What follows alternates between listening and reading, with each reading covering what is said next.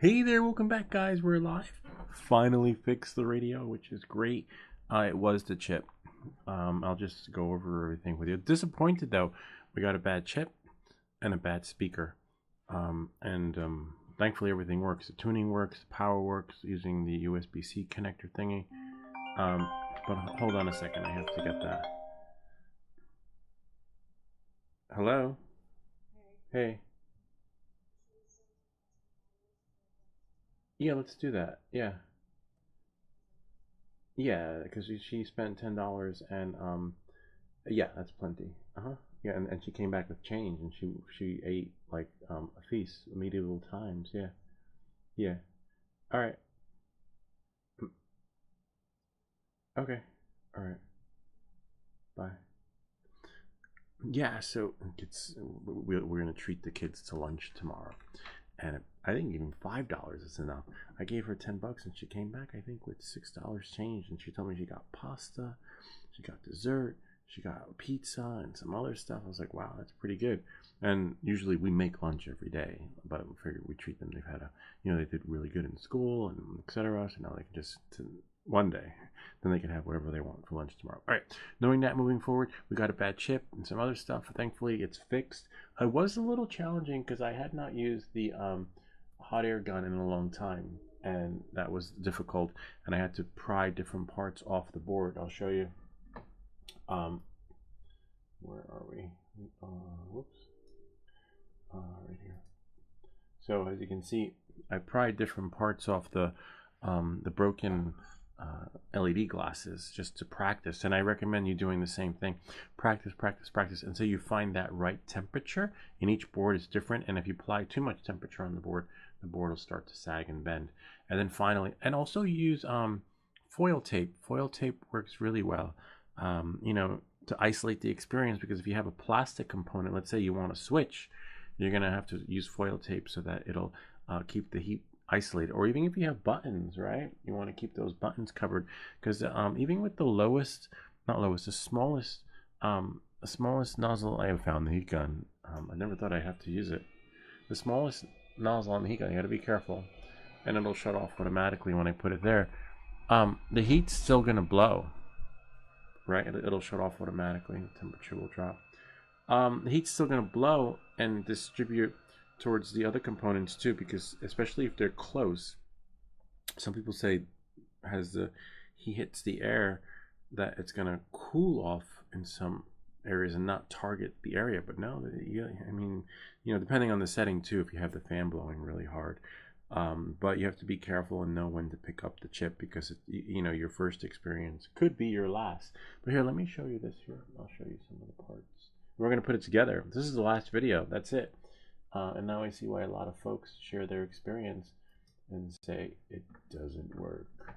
Let's see, where is quick cam? So this is it right here. See? I'll make it bigger so that you guys can see. So here's the chip. So the hardest part is blowing it off the board, and luckily, because what happens is if you pull it too soon, you'll rip the solder pad, and if you don't know how to fix it, then you're pretty much shit out of luck. And I tore one of the solder pads. I tore a solder pad on the end. This one I'll show you. Remember, I'm rusty. I haven't done this, and all my videos I never had to fix any of them. See, I tore one of the solder pads. I'll probably do another video and show you guys how to fix the solder pads. But I tore one solder pad off, and thankfully it was this one on the end, and it might be a ground or nothing, because when you look at the schematics on the board, to see where it goes. And even if you tore a solder pad, I'll show you what you can do to fix it. One solution, then we'll do another video and show you maybe like how to fix the pad itself. We're right here. If you look on the schematics, right, we'll move this over a little bit so that you can see. We're going to put it together now that it's working. So that, where's the chip? Right over here. Yeah, U1. I'll turn on the cursor so that you guys can see.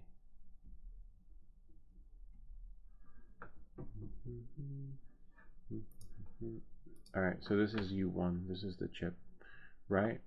And then here it is right here. Oh, that's U3, and that was U3. Sorry, U3. So this one is U3. I'll zoom in so you can see if it lets me. Oh, plus. And it helps to know how to read the schematics, so you know whether or not you'll have to bridge it or piggyback it. I'll show you. So on the 8, it's ground, right? And on this one right here, there's nothing. It's not, it's just 9. H2 doesn't say, it's not connecting to anything, which is great. It's not going around. And then when I accidentally tore the pad, usually you can see if it connects somewhere, but it connects nowhere, which is great.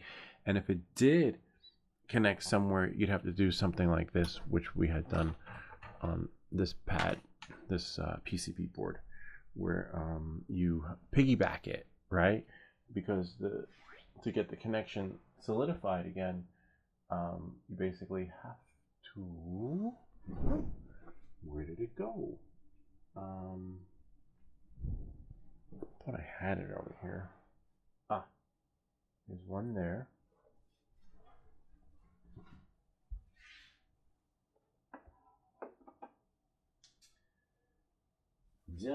It's around here somewhere. Anyway, you have to solder it from its connection point to the disconnected point where it's broken, and then basically everything, just the magic just happens from there. But I just wish I could show you guys. Here it is. So if you break a solder pad, this is what you got to do.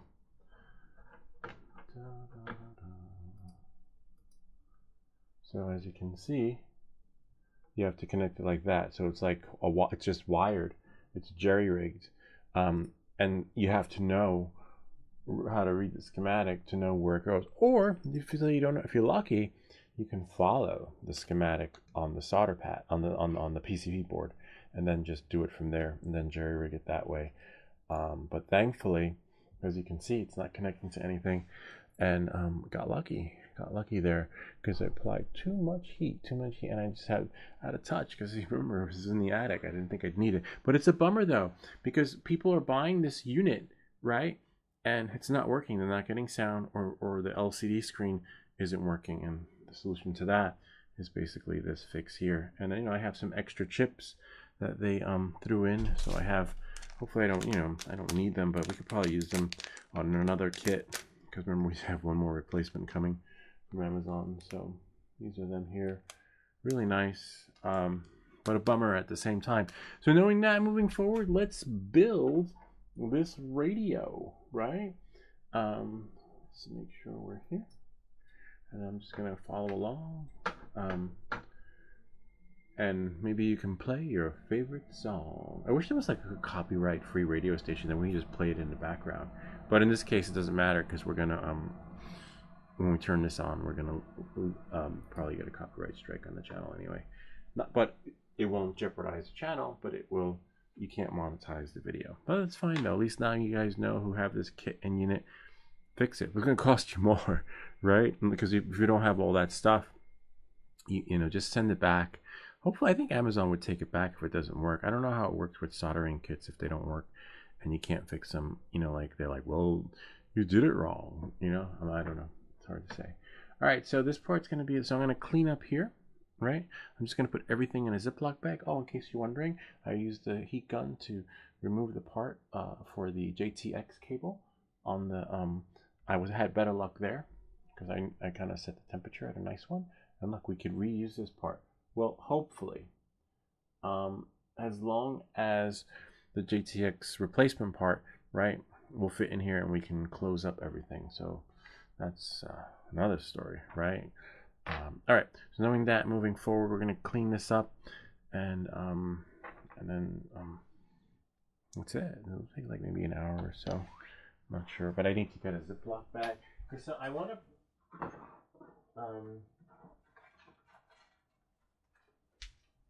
Oh, and don't use a plastic pad like this is for cutting. on an X-Acto blade.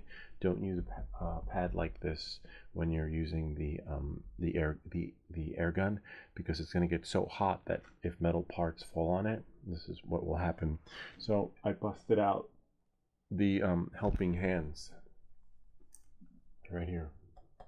So when pieces fell down, and kind of gravity works wonders too. Just flip it upside down and heat it. But it's still a technique that I still need to work on, because when you don't do something for a long time, you're just rusty. I was able to take LED out, which is great. I want to test those later to make sure that I still have that magic touch, because that's when you really know you're good, if you can pull out an LED and then not blow it out. Actually, we could test that now because we have the connectors right there. Because it's hard using, and I guess it's a lot of nerves too, you get nervous. But and before I put it together, we will turn the radio on. I'll have to probably push it to my phone, because apparently the iPhone camera is better than the DJI Osmo Action 4 or 5 camera, because when you point LCD display, digital display, while you're recording from the iPhone, it shows everything. LCD display from Action 5 camera, you see nothing. You see flickering. So each camera has its own advantages and disadvantages. And now we have a little scar right there from the desoldering. So now you know. And everything in the background there was a video for, believe it or not. All right, knowing that, moving forward, let's go here. I want to test an LED. See if and each technique is different, because you're not going to get lucky, every time you're like, oh, I did it before, so I can do it again. Each board is different, that's the problem. And component setup is different too. Let's see. We'll put it under here and see if it lights up. Whoops. Nope. Didn't light up.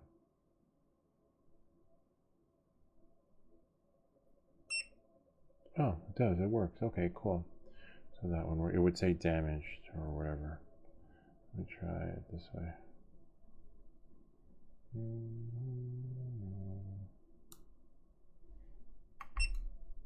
Nice. See, you saw it light up? Look, I'll show you. See, it lit up. Let me see if you can see it. Hold on, it's testing it. There, kind of neat, huh? And that's tricky because that's plastic, and using a heat gun at 600 and something degrees without but I didn't get that lucky in the beginning. I was melting them all, because like, maybe this temperature, maybe that temperature. But I'm gonna practice some more. Maybe in another video we'll do that, so that you guys can see how it's done. But there it is. There's the magic. Do you believe in magic? Let me see. That's fine. We'll put it together. You guys have already seen this enough times. So I'm gonna shut this off. And again, bummer to folks who bought this unit and it's not working. So don't, like, you might think like, oh wow, I really suck at soldering. No, it's not me, it's you. Like, you're good, you might be good at it, right? And you just got a unit that's bad, that sucks, because it's not a cheap build. I think it's $25, right? So the link is in the description. I actually put all the links in for you guys. Oh, almost forgot. Hold on a second. That's that. Hold on. Where are my people? And then we'll go here. And we'll go here. Oh, no one's. Oh wow. Who did? Oh, that's so cool. Random. Can you help me with Smith? Like, random account. Thank you. I got $2. That's so cool. Hold on. Let me just stop this so it's not playing. That's amazing. That goes a long way. Even if it's like... No, I didn't end the stream. Did I end the stream? I hope not. No, it's still playing. Hold on. No, it's still here. Where are my people? Okay, good. No, the stream's not and it's still here. I just didn't do the live chat. I mean, still here. Thank you so much. Nice. Even if it's like 50 cents or whatever. I'm going to attempt to build a SpeedyB oh wow, hold on. We have to check that out. What a SpeedyB Master 5 is. The hardest part. Oh wait, didn't Ricardo tell us he was doing something? Oh no, that's not the. Oh wow, that's a real drone. That's like next level. That would be like me next year or 2 years from now. That's like the real FPV drone. You could lose your fingers trying to calibrate the motors on that thing. Wow. And then I'll show you guys in case you guys don't. Yeah. That is so. Do it on your channel too. This way, you know, like I'm pretty sure. Like if I look at the chip though, look at this. Oh, nice. I like that. That's how I want my chips to be. The ones that I'm using are so tight with their soldering connection. Wow, that's like a cheeseburger. Beautiful. And it's USB-C. Oh look, and it's on sale. I wonder if I could use that chip in one of these drones. Like it's just a flight. Like I find that. I have like 3 different flight controllers, and I find that you can build any drone with those flight controls, but I guess this will be different. I would need the DJI version of the chip, you know, so that I can mount it to my O3 air unit. Wow, that's so cool. Do it! But look for other videos, and the hardest part is going to be... Huh, interesting. Oh, I see them where the motors go. Soldering, they're even generous with their freaking motor connections. Like if you saw on this chip, they don't give you a lot of real estate to play with, and you're kind of winging it when trying to solder the I'll show you. Oh no, can I? Well, you get the idea. You've said there's a video. You kind of like pray that it doesn't bleed out or it doesn't bridge. Hold on, I'm going to move the comments over so I can see. And I'm going to pop this one out. Hold on. Oh, that could be, you know what it could be that happened? Hold on, let me pop this out. I'll explain to you in a second. Sometimes people could be watching the feed and they lose the stream. Like it's not me. It's something with their connection, but I'm still live. Maybe you can tune these through the app. Yeah, probably. I mean, this is next level stuff. This is like the real thing. Wow. F405V3. I think this is the ones for the Power F405V3. This is like a beautiful version of it. And it's really straightforward. You got your 5-volt, your ground, your LED, your 5-volt battery. And where's the TX? VTX, T1, BAT R1, so it's or TX. Yeah, so it's all the same. Interesting, except I don't see where. This is, you know, you could solder the O3 air unit like I did from its connections, but I don't know if it's DJI compatible. You know, like most likely they are, but that's just like amazing. Wow. Nah, do it. Just make sure that it's compatible with the parts that you buy. Wow, 80 miles per hour, 110. Yeah, we can only do maximum of 100 miles per hour if you here in the States. That's like if you have your part 107. That's why I topped off my video, I think at 60, 65, no 60 in like on the record on my YouTube, because it doesn't really count if they didn't see it. It's like Strava. I didn't see it, it didn't happen. And then I got 65, and then I think between 70 and 75 I went to like 73, and then it just bumped to like 75 for like a millisecond, and then that was with the Avata 2, and then that was it. But you're not allowed to go 100. But who's gonna know, right? Who's gonna know anyway? Even if you do, oh, I flew fast. Like there's no radar. Now I think if I fly my drone, someone might call the police, and not because I'm going too fast. Apparently there are a lot of drones flying around, big ones though, in New Jersey. And now people are reporting it. There's a drone, it's flying over my house, it's invading my privacy. They don't know that it's public airspace, and they don't own that up there. And there was a really interesting link that one of the guys from Jersey Droners shared about, you know, the legalities and flying the drone, where you're allowed to fly over your neighbor's property. Not over like 10 feet above the ground, but, you know, over the tree line. You're allowed to fly over their property as long as you're not commuting, you know, in transit. You know, don't stop and hover, but you're allowed to go, because how are you going to get to the other side? Anyway, let's focus on the radio. They work. Oh well, they work with DJI goggles and FPV. Oh, okay. So if that's the case, interesting. This might be my next level up. But are you sure you want to do that? Like, is this your first build? Because that can be, that's a beautiful chip. I'm going to bookmark this because I'm going to do more research on this and see. Where's my, how do you bookmark this? Oh, from up here.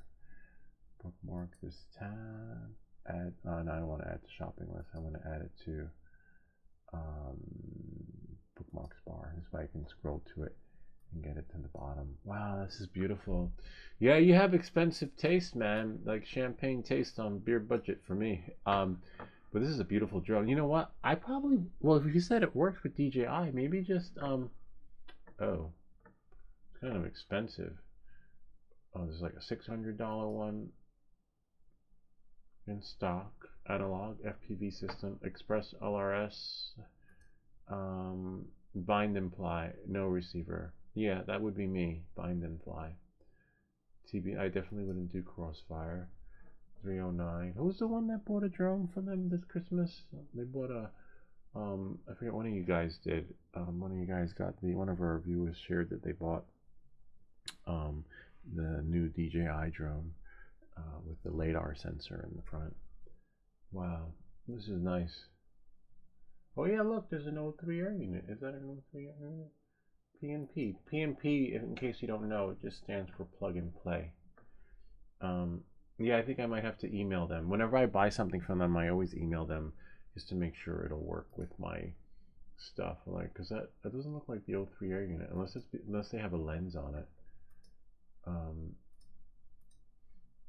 Wow, beautiful lights. No, well, I don't know. I'll figure it out. Because I'll just email them and say, hey, I want to buy this drone. Will it work with my DJI setup? And if not, they'll redirect me to the right one, because as you saw, oh yeah, there it is. Choose an FPV system, Runcam or DJI O3, but it wouldn't let me choose it. Oh, Captain Drone, he's pretty good with his flights and stuff. And we have analog, oh, right here. DJI O3, watch it be more expensive. Choose a protocol. DJI PMP. DJI, so whenever people, I guess when the hardcore FPV guys hear about the DJI guys buying drones, they probably think of us like the Macintosh folks, like the plug and play. You just, oh wow, I just can plug and play. Well, that's so cool. Oh, you see, it's because your life is made easier. The drone went from $300 to $599, $600. All right, let's go to the radio, but this is good to know. Definitely go. Yeah, there's loads of videos on YouTube on how to build it and configure it. You can buy them pre-built on eBay. That is pretty cool. Now that you mention it, what if they, I wonder if they offer no option. What if I just did the unit and use my O3 air unit, right? That would be nice, because then I can just do like I did with this drone, you know, just do a Frankenstein, and you save like 180 bucks because the O3 air unit. Maybe, I don't know, have to see, but that's good to know. The hardest part will be configuring it when you do that with your drones, as you saw in the last video. All right, knowing that, moving forward, let's build this radio. All right, so it's done, it works. Watch, I'll show you guys. Finally. All right, so let's turn it on. I might have to push it to the phone, I mean to the computer, so that you guys can see that we finally got the LCD working. Just gonna make this bigger. All right, and then go here. There we go. It's going to be loud, so it resets after reboot. That's the only downside. Yes, Sean, I agree. The further we get away from 9/11, the harder it gets to find witnesses, to find the lower. south of See? Canal Street. So I urge everyone, Oh, you can't see. register now, Hold on. get that evidence, to protect yourself information, Kinda go to neat, huh? Hold on, I'll show you. 911awards.com. That's 911 awards with an S.com. Barish and McGarry, lawyers for the 9/11 community. From the mind of a 2-foot-tall talking spokes puppet comes this year's biggest challenge. It's time for Bob's Dare to Compare, the hottest game show on TV that asks what happens when you compare Bob's to the competition. You See? get style.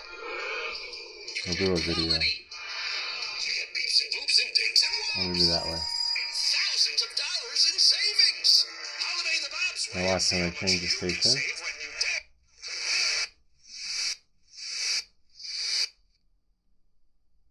See, I was in love with this guy that really wasn't worth my time of day. Que recomiendan completamente este alivio financiero. No esperes Bueno. más. Llama ahora a cero deuda Nice. 800 Nice that we didn't get any 836 music because hopefully I can find a station SOS because everything's like so dramatic, like cheeseburgers instead of like, and when on the spent like when if you're Midwest, everything's like so country and like swing it to the left, swing it to the right, come to Burger King, will make you feel alright. And then on the Spanish radio station, whoops, it's like SOS la cheeseburger del Burger King, vuestra noche la mundo. It's like so like it's so like hip and happening. And then hold on, what is happening here? Now I can stop that. Stop mirroring. Alright. And so now we're gonna put it together. The putting together will take a little bit of time. We'll have to follow the directions. Where's my people? I think we lost the people. Oh no, we're still here. Just in another window. You could. I know. I'm gonna. It's beautiful. That's beautiful, and I like how it's like. It looks like it's high quality too. It doesn't look cheap. Like I find the chip to the Mobula 8, the original stock chip, which I have to write them back. It's kind of crappy. I like the Beta FPV flight. Now, I thought the Beta FPV flight chip was great. This, what we just saw here on the Speedy B, is just phenomenal. All right, so you want to make sure parts are out of the way. You probably don't want to wear all wool, the great static electricity, but it's cold, and thankfully we're not soldering, so you know, we're just putting on the plastic stuff. But yeah, winter is here. Well, for now, it could be like 75 tomorrow with all this weather change. All right, so there's that. We're gonna put this here. I managed to fix the antenna for now.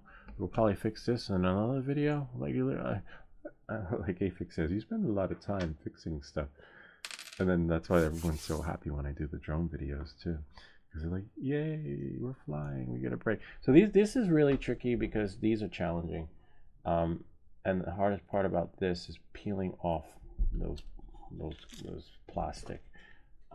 But we're gonna do the first part first, which they want us to do. That's the back. Installation, step 1. So this is similar to the game, very easy to do. And you'll see when we do the soldering. The soldering game is a good build. The soldering game, really high quality parts, and it works. Like, you're not gonna get jinxed on that, like you did with this radio that we bought and everybody else. Links in the description. You can see in the comment section. Everybody had the same issue, but I didn't think that would happen to me. I thought, nah, that was just them.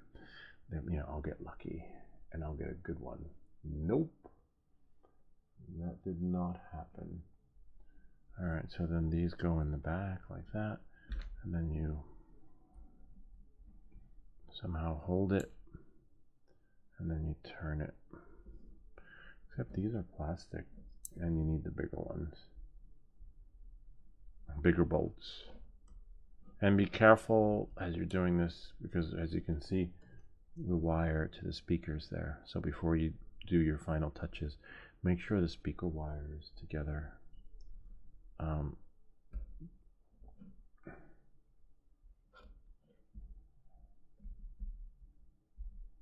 So nice. First, maybe I'll find a talk show right on the next half. I'll put the headphones on, and this way we can monetize on the video, right? and then the next contest we have, we'll be able to, you know, take the stuff. We'll be able to get it from the proceeds of the channel. Because I'm thinking that if you're abroad, meaning overseas, right, and you win the raffle, we'll just send you an Amazon gift card, right? Oh man, I put it. Oh no, I didn't put it on the wrong one. And then it's easier. And then what we'll do is we'll let someone stateside join in. So let's say everyone will be in the grab, right? And the raffle. And then if the winner is someone here in the U.S. and then or abroad, then that's it. The raffle's over, right? But if we do one drawing and the winner is from overseas, the winner, right, will get an Amazon gift card. And now only one overseas. Then we have to make the rest of the drawing stateside, right? And then now we have a drawing, but it's only for this continent, all right? And then I think that would be fair. So the world gets its first option, right? And then this continent gets the last one. It's easier that way. But you get an Amazon gift card for whatever the value of this was, or an Amazon gift card to get this, okay? Now I think Amazon gift card for whatever the value is, and hopefully you buy this with it. Because I tried, I think I went to Amazon UK, but I couldn't buy anything because I didn't have an account.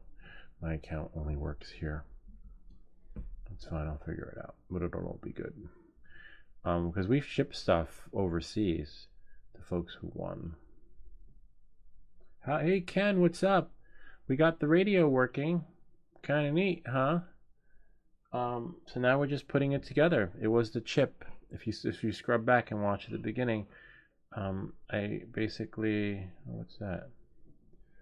Also look for exfoliage, make sure nothing, you know. Had to fix it. Took out the heat gun.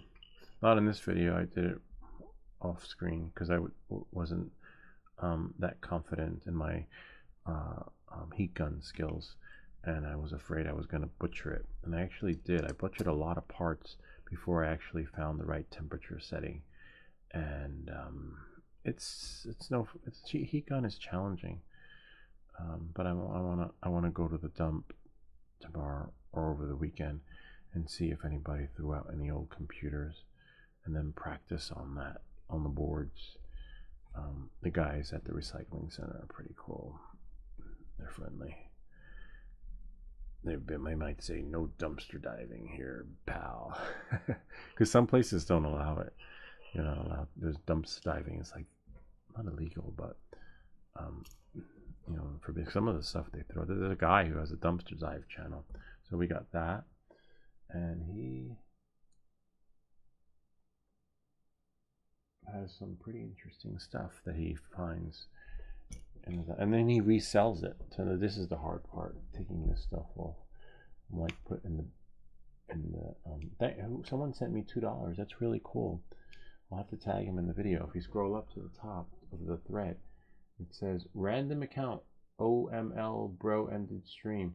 Let's celebrate their 10th super on a live stream. Maybe it's not. Oh, can you help me with Smith? Oh no, I guess maybe no, I didn't get anything. Oh, they wanted $2. Oh, I thought they were sending me. That's all right. Well, I didn't know you can do that. I didn't know I could request money on my stream. That's so weird. All right, so look, check it out. I remember one of you guys sent me something, but I didn't know that they can ask me to send them. So you got to do this for all the people. You got to be really careful because you don't. Whoops! Because if you miss a spot and it tears, then the hardest part is you have to do that with it. See, and it doesn't tear off that easily. So you got to be really slow. See, and you think like, wow, this is great. Actually, you know what? Oh no, the back I might leave it on that color. Nah, I don't know. Maybe make it all transparent. And on the next one I build, it won't be transparent. Like the back will be this way. The kids will know which one is whose. So you see, you gotta peel it, watch the holes, tear it down. Really, oh man, see, I just tore one. And then when it doesn't like self-correct when you do it, that's the problem. Damn. So then you gotta start again and pray you get it right again. Start again. So I just can't tear it off. So this is the hardest. This is probably between getting the chip off and doing this. This is the hardest part. One of the hardest parts. Oh, I heard it tear. Okay. Wow, it's so nice, but now I got my fingerprints all over it. So if you touch it, just have a cloth handy because you don't want your fingerprints on the inside. So you just do that. And then I believe that one goes on the top.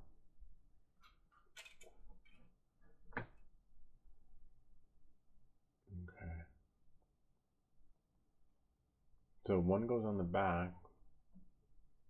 I guess we can't put the top on yet. Oh, tear off the protective film on all the shells first. Start installing the shell. Oh man. Ay. So this would be the top though, as you can see, except where is, see, like that. And we can adjust the potentiometer. And then the long screws go there. So now we got to do what they said. I might leave the sides though. So this is great because this is the back, and you have to tear them all off because you can't do the sides unless you can't do the top without the corners, and you got 4 corners. See, wish there was an easier way to take this off though.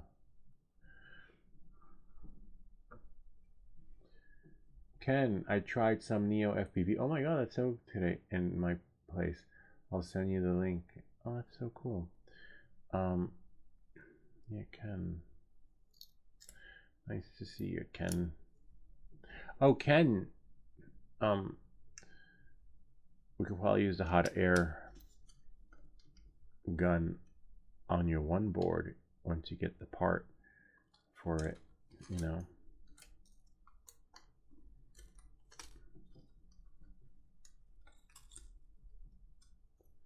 So now we'll just, damn it, missed one. Let's see if it'll let me do it. Nope. Damn it. So the hardest part is getting it off, and if you're lucky, it'll just come off. If not, you usually have to spend time. So there we go. There's that part. That's the back. I want to see through the back too. The back looks really cool. But on the next one, I'll leave it. See, it's hard to take off, but this will be an easy fix. Yeah, the one board actually sucks too. Apparently, Ken bought a one board from some old lady, and her kids went to college, and she was getting rid of it. And apparently, after doing research, and everyone else had the same experience too, kind of like this radio. I think it was the first version of the one board. I'm not sure which version it was. It was a version that basically every other model was a lemon. Apparently, if you leave it charged overnight, it won't work again. Or if you let it sit for too long. So let's say, oh, it's going to take off, you know, since it's winter, I'm not going to ride anymore.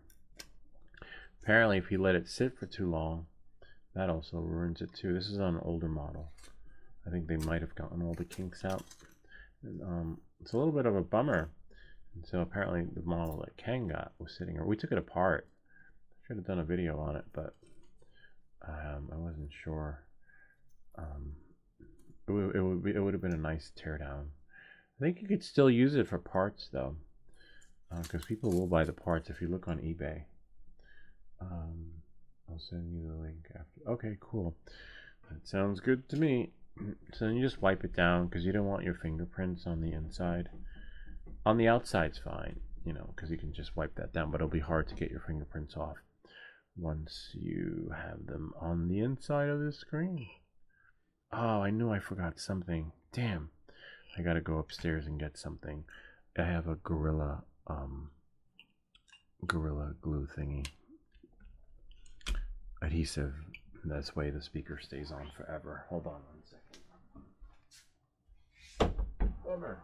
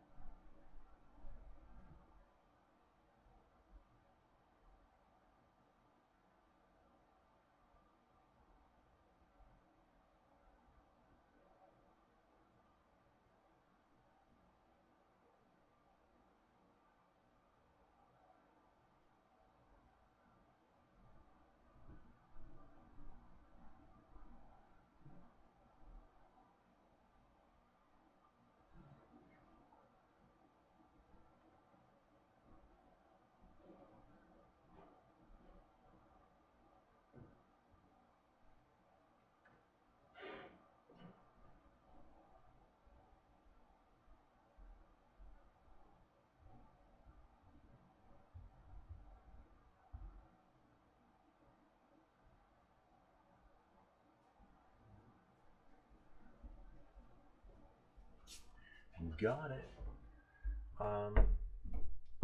It's just a really strong Gorilla Glue adhesive. Oh, so aside from getting a broken speaker and a chip that's damaged that doesn't work, they also send an adhesive that doesn't work either. It doesn't stick, which is a bummer. So yeah, so this is not the best of solder kits that you get from this vendor. Their stuff looks pretty though, you know, and you might need a piece of foam, I don't know, on the radio to help with the sound, because it's kind of loud. It could be the speaker though, because it is a high quality speaker that's going on an old cheapo radio. And once it peels off, but this Gorilla Glue tape is really adhesive and it works really well. Alright, knowing that and moving forward, this part's going to be a little bit tricky. Whoops, but doable. Remember, watch your speaker wires. Make sure that they are intact. And after you put the Gorilla Glue thingy on, check your speakers and make sure that they work, okay? I think we can do like that. Because if they don't, you are going to have to solder again.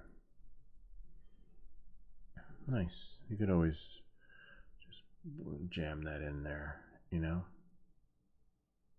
I have to check the connection. You could always use the black tape that you use for your drones to secure it, but make sure that, oh man, no, I think it's alright. Nah, it's not. Make sure that it's not broken. It's okay, it'll come off easily. We can fix this. This is like the least of our worries. Taking off the microchip was hard. This is just a speaker wire. Nice. How much should I take off? There we got it. Maybe that's what I'll do next. My next purchase will be a wire cutter. This is why you gotta keep things clear from your soldering iron when you're doing stuff. Even if the build is built, you don't know when you're gonna need your soldering iron again. Some flux. Flux works magic. They always say, oh, if you're not fluxing, you're not soldering. I don't know. Sometimes it works. Sometimes more solder. If you're not using more solder, you're not soldering, right? Alright, let's see what we got here. Whoops. Now I gotta plug this in. Yeah, it was the wire. It was like from manhandling it. Like I said earlier, I said check your wires, make sure you're not, you know, because you're manhandling it. The experience was different. Now I gotta wait for this to heat up. Oh, maybe we should try the heat gun. Nah, it's fine. Why is it smoking? Probably some remnants of something on there. Hopefully. Otherwise we'll have to do this video another time if the soldering iron tip dies. I've refurbished this a couple of times, but you know, eventually you hit a wall. You can't keep refurbishing a soldering iron tip. Then it's just done. Nice, I think that's good enough. And then I make sure, since it's an angle tip, that got it. That maybe I'll redo this one too. Nice. Let me just plug it out and then clean the tip. Next one, I'm gonna clean the tip like every 2 taps. You know, I have a habit of just plugging away and soldering and then cleaning the tip every 10, and then that messes up the tip. All right, now let's see if it works. Actually, hold on. Let's see if we can keep it copyright free and monetize on this video. I'm gonna find a news station. NPR. Okay, let's see.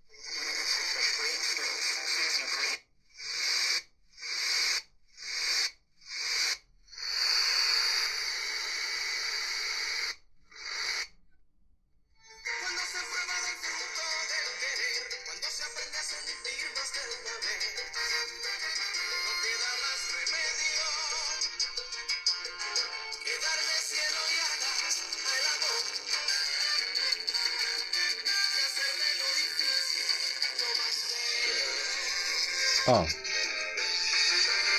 I was wondering why I couldn't hear it. I was like, wait, it's so low.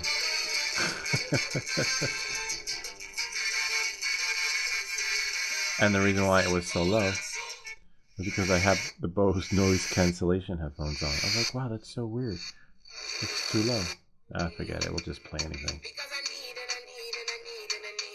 It's fine. What good is it if you can't see it working to its full potential? And it has auto search. No match for it. And right now, get $500 holiday bonus cash allowance on 2024 and 2025 Jeep Grand Cherokee 4x4 models, or get $500 holiday bonus cash allowance on Jeep Wrangler and Jeep. So now you got to be careful when you put the speaker back on. We got really good soldering connection here, which is great. And then what you'll do is you will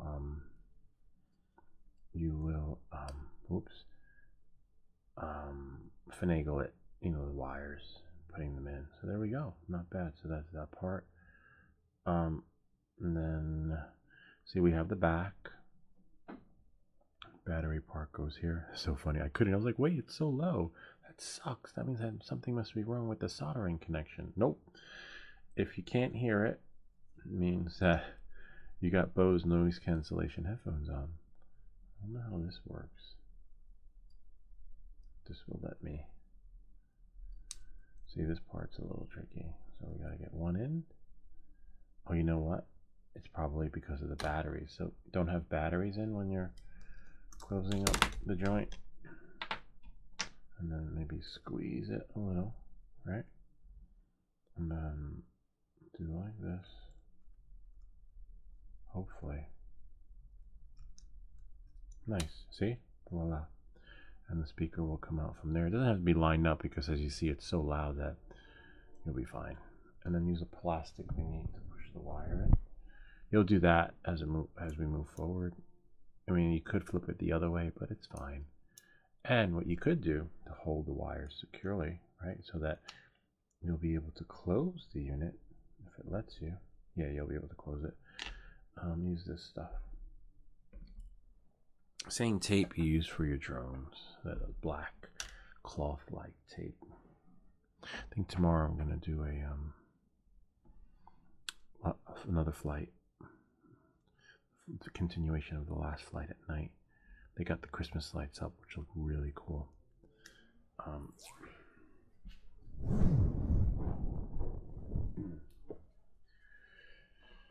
So yeah, I was on the Final Cut Facebook group, and someone asked a question, and then I was like, oh my god, that would make such a cool video. And hence the latest video that got launched today. That's how I came up with that idea. And then you know, because a lot of times on these groups they have the professionals, and you ask a question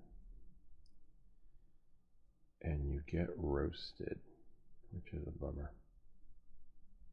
Right? I just asked a question. I just had a question about Final Cut. Yep. Good luck with that. And that was a short one too. It'll probably get like 50 to 100 views or more over time, depending on the YouTube algorithms, whether or not they will release the video to the world. But people will be hungry for that because Christmas is coming. People are going to be buying computers. People are going to be saying, I want to be a podcaster or YouTuber, right? And then they will hit a snag in Final Cut. Be like, wait, how do I do that? And that's what happens. You got to like think ahead of time. And then, you know, of course, there will be other videos out there, the same video. Like, wait, someone else. Don't be shy if someone else has the same video out there. Like, if you see me make a video, if you think you can remake it in your style, do it, you know, because everyone has a different style, and someone will like, remember, there are like over 8 billion people on this planet. Someone will like your style, so you won't cramp my style if you remake. And then like that commercial, that was the first thing that came to my mind when whatchamacallit shared his streaming experience. It reminded me of that, like, where did you get this 3D printing stuff from? And what did you do? Where did it come from? It's like, I learned it from you. I learned it by watching you. There was like an old commercial back in the 80s.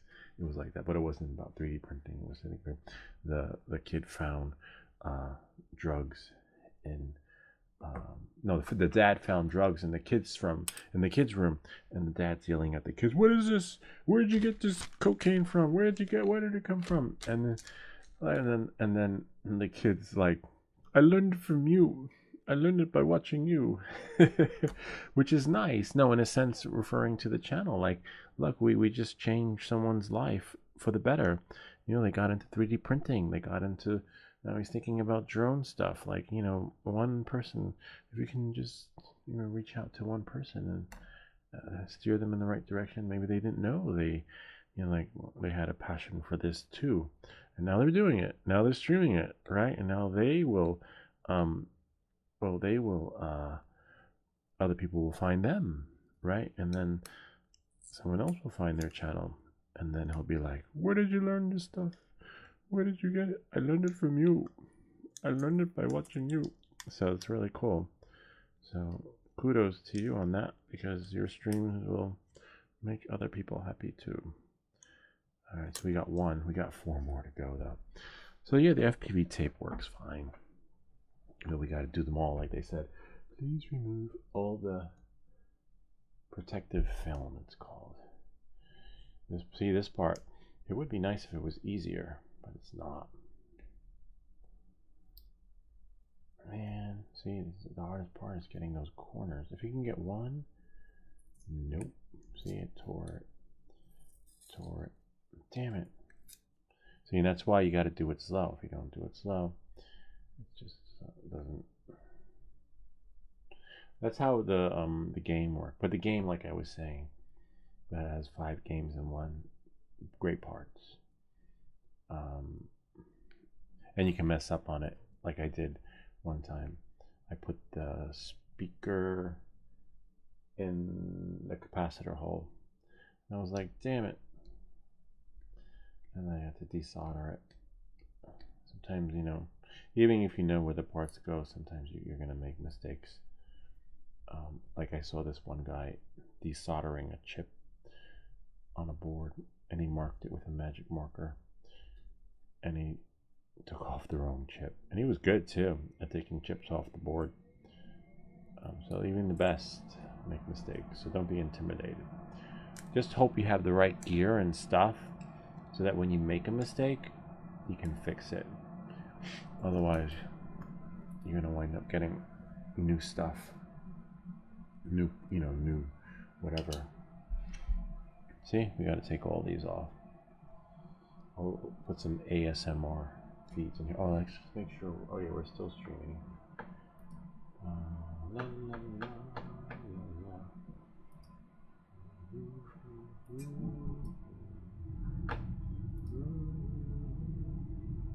Yeah, so that was probably a spammer.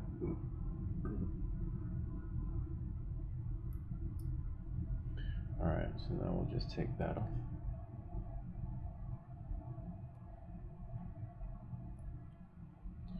Eso es la cheeseburger de Burger King.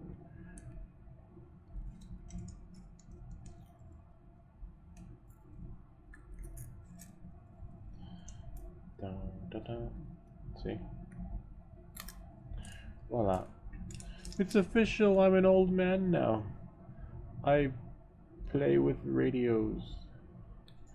I used to, like, when I was young, I see the old guys on the stoop just listening to their AM FM transmitter. I never thought I'd be that guy. Don't be that guy.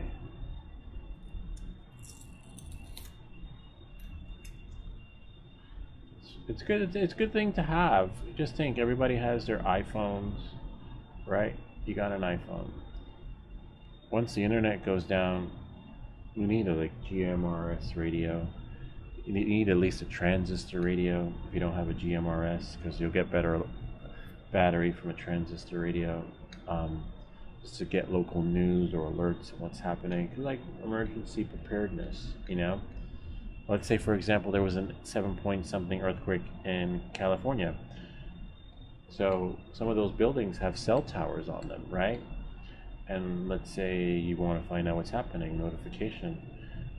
Having a GMRS radio is great, because you get news on there if you know what channels to find. Having an FM AM transistor radio, you know, you can get local alerts, you know, just the news. Maybe there's like a emergency broadcast, right? No, they're telling everyone, hang in there, right now we're covering the southern part of San Francisco. We'll get to everybody else tomorrow. You know, like, just know what's happening. That's gotta suck though. I can't wait to, after this, I want to see the news and see what's happening. Because no fun. It's like, I can't remember the last time California had an earthquake. You know, like, and they probably weren't even, ready for it. Like, it just took them by surprise. You know, no one was expecting an earthquake. It's messed up. Except that California is always like some crazy shit's happening. Earthquake, forest fires. We have here, but you know, not like in California. We have a fire ban. Usually I would light my fire pit. Can't do that. Put a fire ban. One more, and then we're done. Of peeling the exfoliage. Yeah.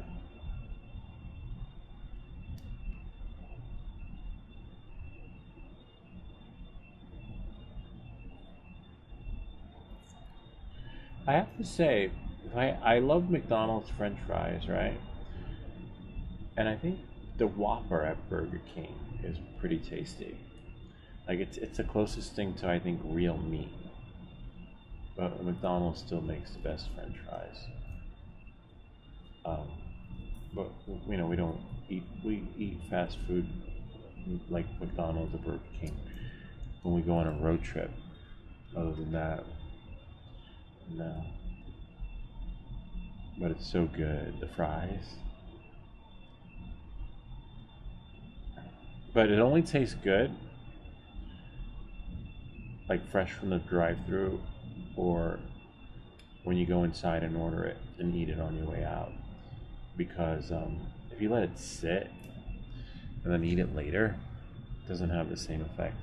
All right, so look, we got all the pieces off. We can start putting it together. All right, so let's see what we got. We did the back.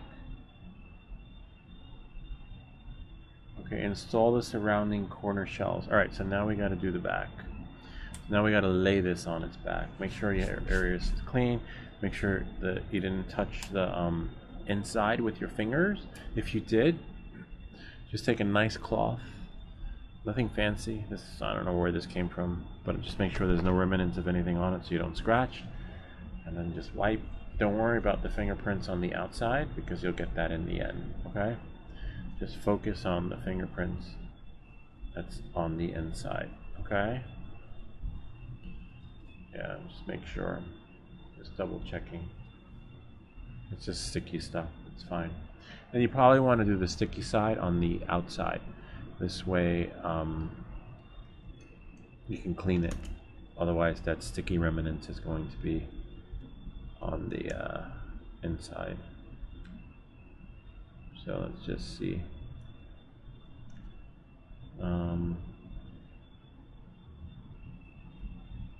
Or maybe there's only one way this goes on. Yeah, it's so weird. Huh. See, the holes aren't lining up.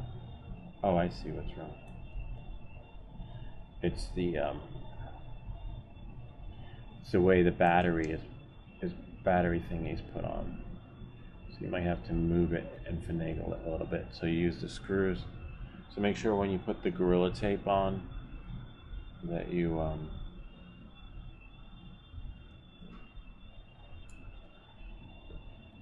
put the battery thingy on in a special way. So we'll screw this on so you get one. And then I think I might have to go upstairs. That's where my other screwdriver is.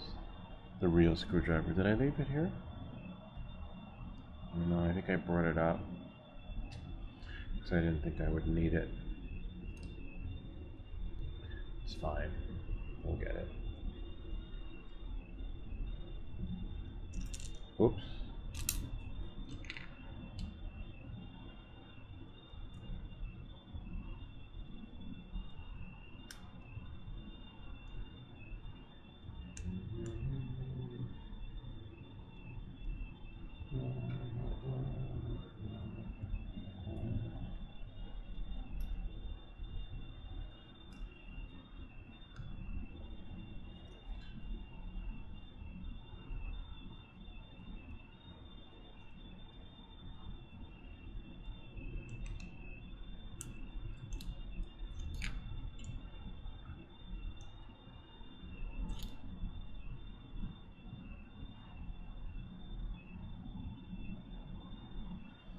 This part's tricky, because so you really have to line up the battery connector thingy to the T, literally.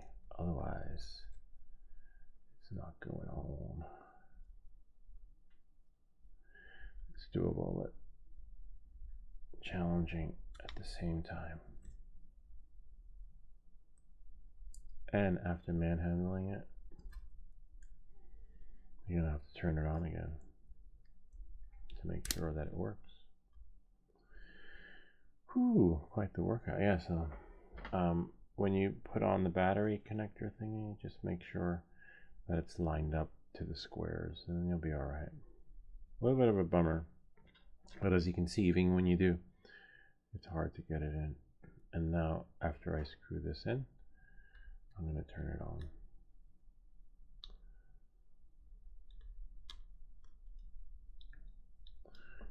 A little flimsy with the parts on the game.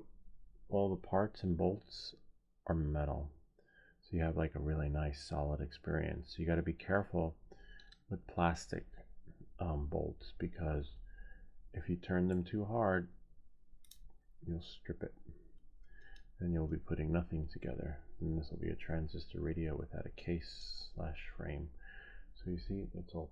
These are plastic, whereas on the game build,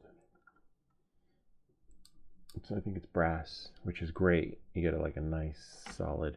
But hey, given the way things have been going from the start on this build, yeah, it's expected. Why would they give us brass? See, nice, huh? Something needs, yeah. Just check your parts. Make sure they're all tight, and just tight, snug.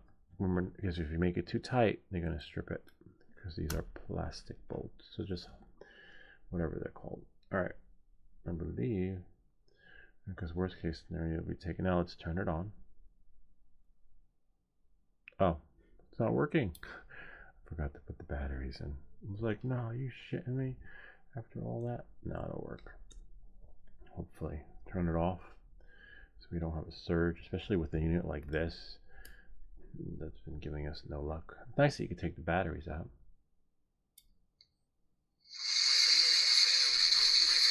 So the only thing I'm not crazy about, let's do 1027.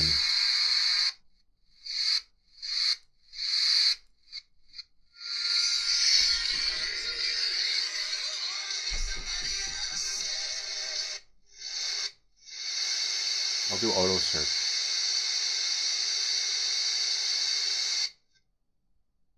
Let it find the station. Oh, 92.3 K-Rock. That's a good one. Oh, 1010 win. Oh. I guess I've been out of the loop. I thought it was 93 K-Rock.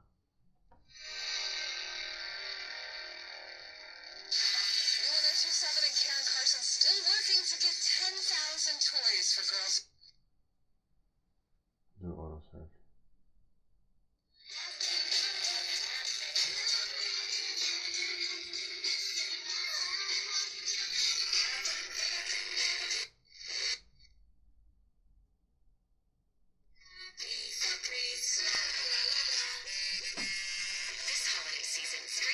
Okay, so it works. So now we can just put it together and we'll be done. Nice. So now, oh, they said put the corners on. This is pretty self-explanatory because there's only one loop for the antenna, right? And then we have, what's on that side? Buttons over here on this side, right? Except you want to put the power with the power and the audio jack with the audio jack, so you just can't put them in anywhere. Okay. Let's see. All right, and then one goes right side up and one goes another way. Except hopefully I didn't do it wrong. Let's see. Dum dum dum dum dum. Oh, I see. Can I see? No. Oh, I see. Yeah, it's like you have to think backwards to put this in, because the holes go in one way, and then you want to make sure. There we go. So as you can see here, I'll show you guys. Let me close the antenna. You might have good luck or bad luck with the antenna. When you move it, sometimes it just becomes loose. See? Hole for the headphones. Right? There it goes. Headphones, power on, off, and then the power USB-C. Let's see if it'll turn on. Yep. The only downside is that when you turn it off and turn it on, it reverts back to the last volume. It's a little bit of a bummer. So that resets. So as soon as you turn it on, it's going to be loud. So if you have people that don't like loud noises, maybe do it in another room. And then now this one. And for this, you want to make sure the batteries don't impede the experience. And if they do, just push the red wire in, right? And then use something like this to put it in, like that. If I can.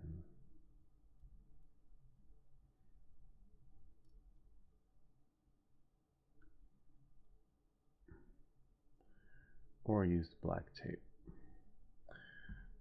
You know, now you know, like maybe put black tape on that part. Oops, and oh, that's the other thing. It's like Jenga. Move one part, and another part falls. Move another part, and then another part falls. So this part is tricky when putting it together because you're gonna see. Yeah, so it's the same as the game. If you watch the video on that game. It's just out now, yeah. So this part, you gotta like hold it and then finagle it. See, I got it. Yay, I got it. No, because now I have to do this one and pray that while I'm doing it, I don't mess it up again. So you really need more. The more hands in this, is better. If you have like kids or a partner, get them to help you. So like, yo, can you help me? Or you could tape it, right? You could use blue painter's tape to finagle the experience. Now let's do this one. Let the other one fall out and do this one. Ah.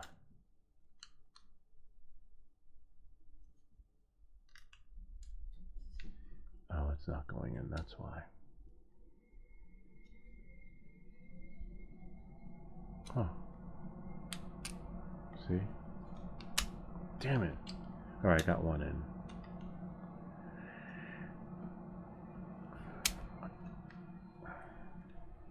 If you have better luck with tape, maybe.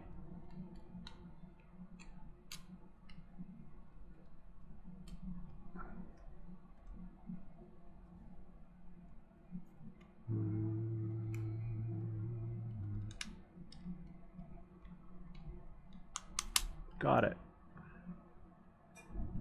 Don't let go. Nope, I didn't get it. Oh, I did. I got it. Nope, I didn't. Oh, damn it. Alright, let's see. That one goes there. Oh.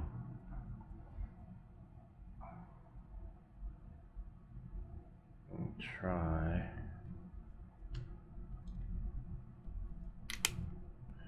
They didn't say how hard this would be. Alright, now for the cover. If we're lucky, we'll get this on. So much for not getting fingerprints on the inside.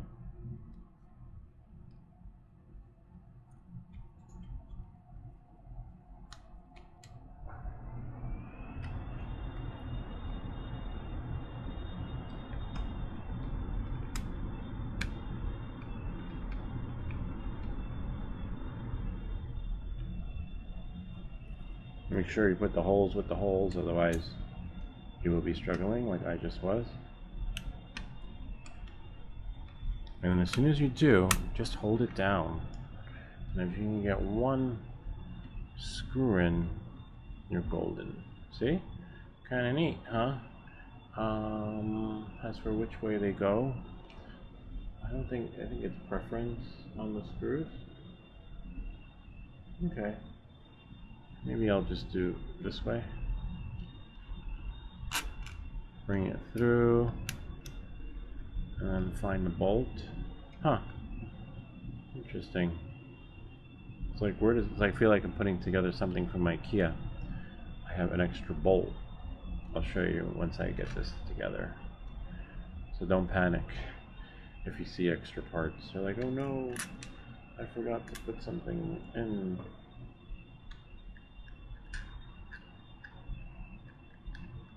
Alright, so now that you did that, hold it together like it's all wappa. And then, if you're lucky,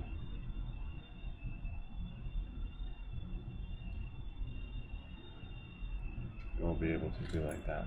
Oh man, sort of. Don't turn it over until all the bolts are in.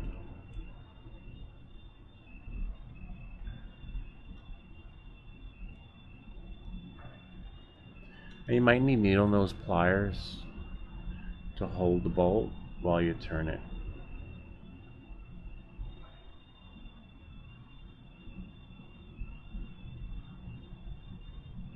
We will do that with the screwdriver once we got them in. Oops. So now we can turn this part over. See, and now you'll see how these go in.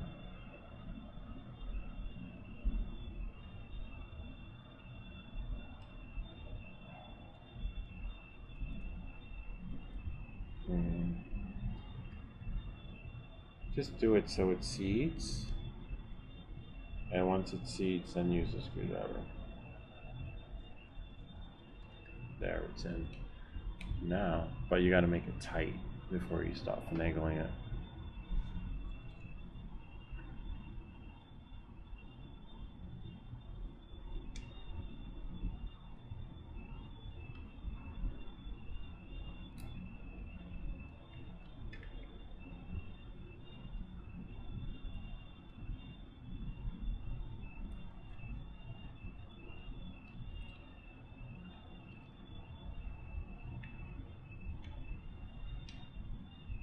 Nice. That's it. Almost. Now for the buttons. Oh wow, we could have put the buttons on earlier. Huh. It's cool.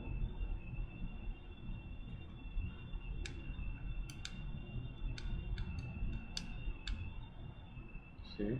So, yeah, make sure that they are level. Too bad they didn't have red buttons. That would be cool.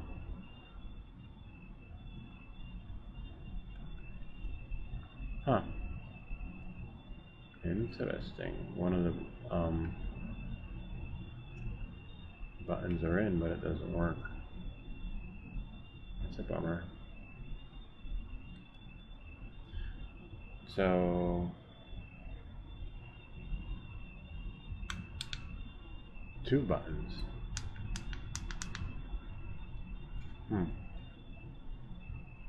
Probably because maybe it's too tight. No, they're in there.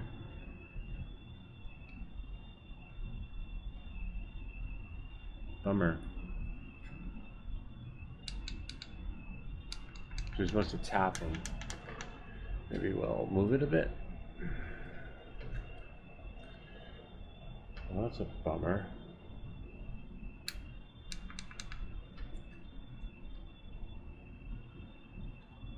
No, everything's incorrect, but see if we can tap it forward, and they're soldered correctly too, which is great. Sort of, because maybe it's just too tight.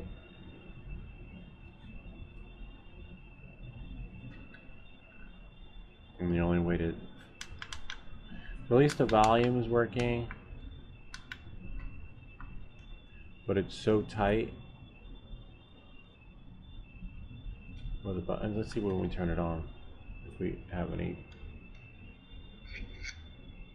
See, it's stuck changing its station because it's so tight in that hole. So we'll have to take it apart, otherwise it's just stuck. Alright, so I gotta take it apart. But you see, it's in the hole, but the hole is so tight that the buttons don't even go. It's clearly bad engineering, if you ask me. Like, this should not be. I guarantee you the buttons will work when I take the cover off. A little bit of a bummer. Clearly no thought went into this. Maybe it was AI. Maybe it was built by AI.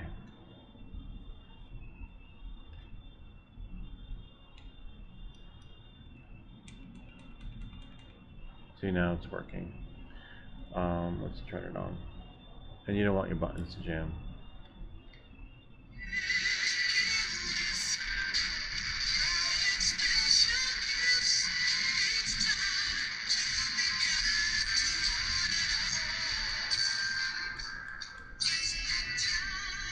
Change station.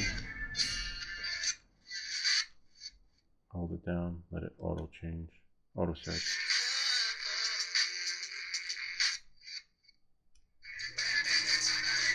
And with the antenna,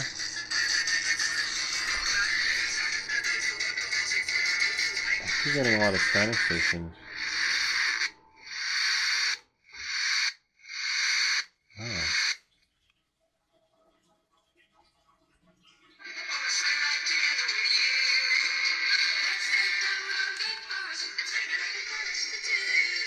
Yeah, that's not a bad idea, Ken.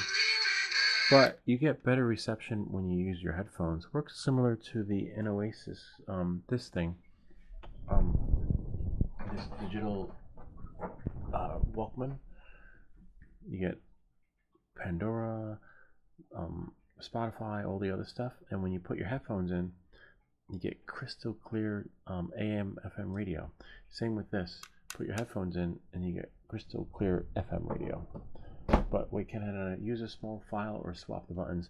Yeah, I'm going to try swapping the buttons, but I don't want to use... See, now it's working. I don't want to use a file and mess up the... Then the buttons won't look pretty anymore. Oh, nice. Interesting. Hold on. Nope. See? As soon as you... Bummer. Oh, I sort of see it's just tight.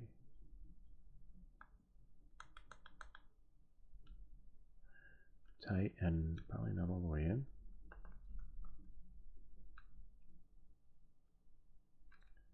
Might have to...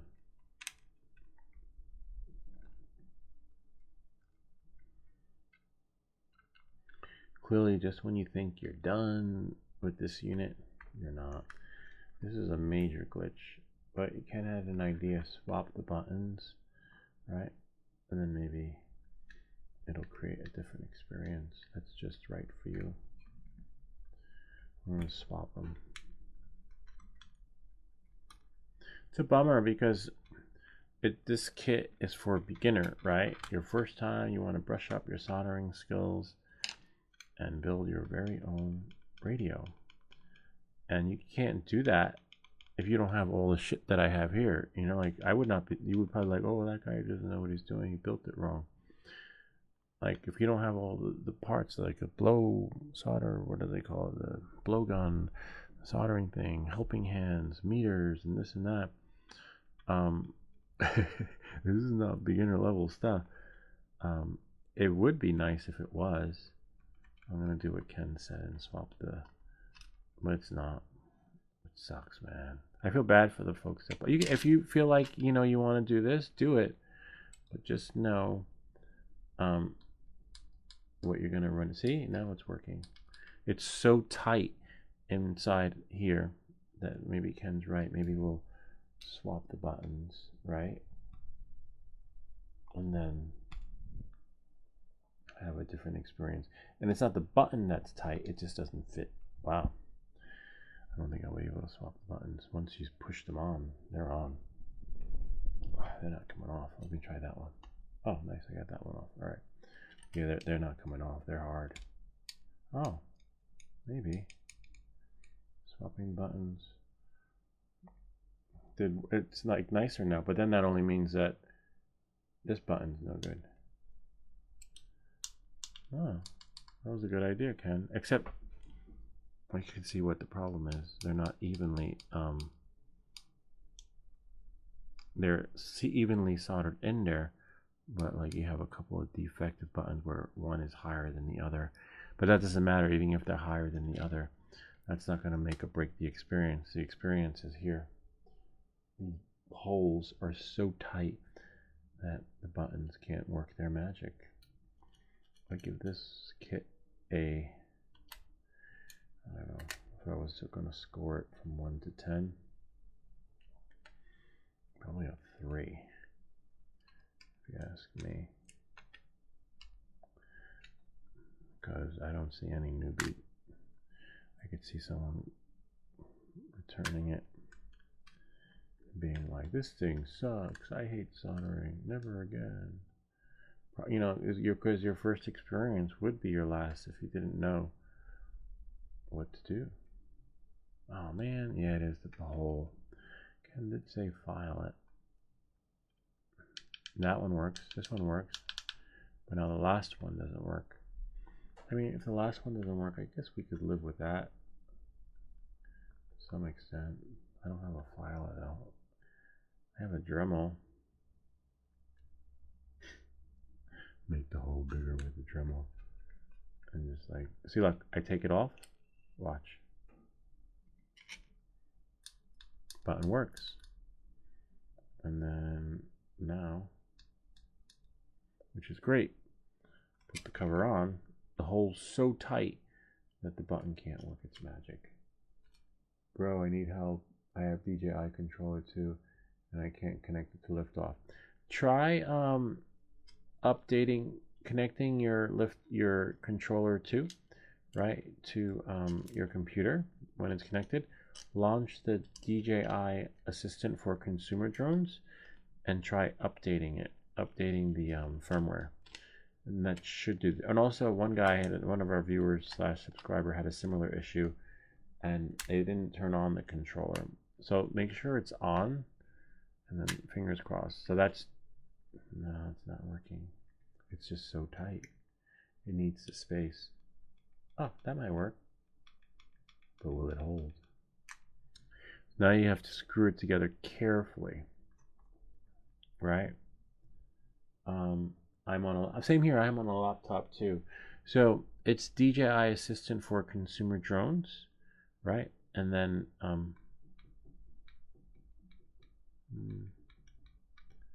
maybe, but we have to be able to hold that. And then I know it's on. Okay, so it's on, that's good. Now try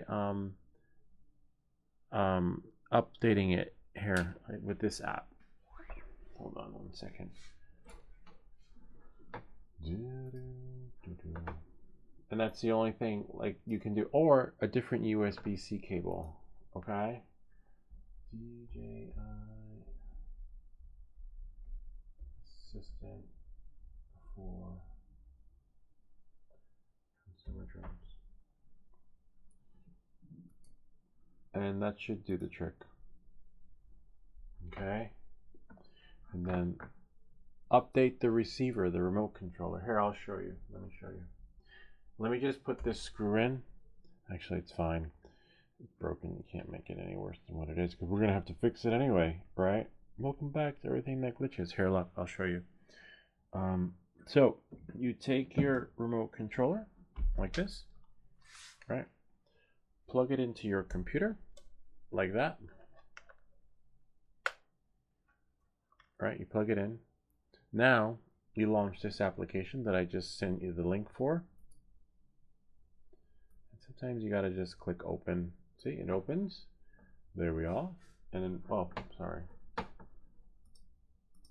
And it opens, as you can see. I plugged it in, and it's opening. If it doesn't launch, what you're gonna do is turn on the remote controller, and then voila. Now you'll see this, and then once you see that, click it, and then now, see, then you just click refresh. That's fine. PC or Mac, when you download this, look, there is a Mac, you download the PC version, which you'll be redirected to once you go on the link. So it's written in the code of the website. It knows what, oh yeah, Windows right there. So here we go.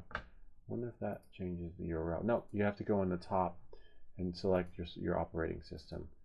Okay, because you just said you're on a laptop. So you're on your laptop. Download this on your laptop. If you have an Android phone, the DJI Virtual Flight app does work with the remote, but it's a little glitchy. So click on the Windows, download, and just do the same thing that I just showed you, and you'll be all right. Hopefully. Do that first, and then let us know how that goes. And if that doesn't work, try a different USB-C cable. But you're on Windows, so that's a little bit tricky. Even at work, they have really good computers, but Windows can be glitchy that way. When I connect the peripheral, like something to the computer on Windows, they're like, "Hi, Windows recognizes something it's never seen before. Would you like to install a plugin for this device?" And I'm like, "What? I just want to see what's on my USB drive or plugs." Now Windows has like I don't know, everything's on lockdown, or the experience is not as fluid. So it's not, you might, so yeah, it's not going to be like this. Maybe on some Windows machines it might be like that, where you plug it in and it just works. But 95% of the time, all Windows machines I've used, I can't plug anything in without some sort of permissions issue. So do that, and if that doesn't work, reboot the machine. But definitely do the update. That should make things more streamlined. Oh, don't worry about the name of the website. It's a DJI website. Just go to the link. Here, hold on one sec. Let's go here. It's a DJI website. It's a website from the company, so it's a legitimate website. It's not a third-party site. And there you go. Just click there, and voila. All right. Let's see if that will. Damn it! Nope, that didn't do it. Just a little bit. We got one button working, two button working. Yeah, what's up, random account? How can I just gave you the solution? Oh, the link is on your phone. Well, then you're gonna have to wait till you get to your computer. There's really nothing I can do, to be honest with you. That link is for your computer, and so that's the only. Or if you don't have access to your computer, go to Best Buy, and they could care less. And then go to one of the display models, plug in your DJI receiver, and update it. I've done that before when I had to see what's on my drive. Like, damn, my drive's not working.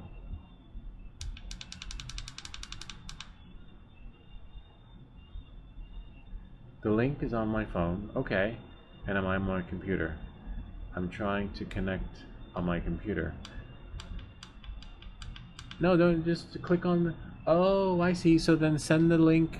If the link is on your phone, copy the link and send yourself an email. And then you'll have it on your computer. I've done that before.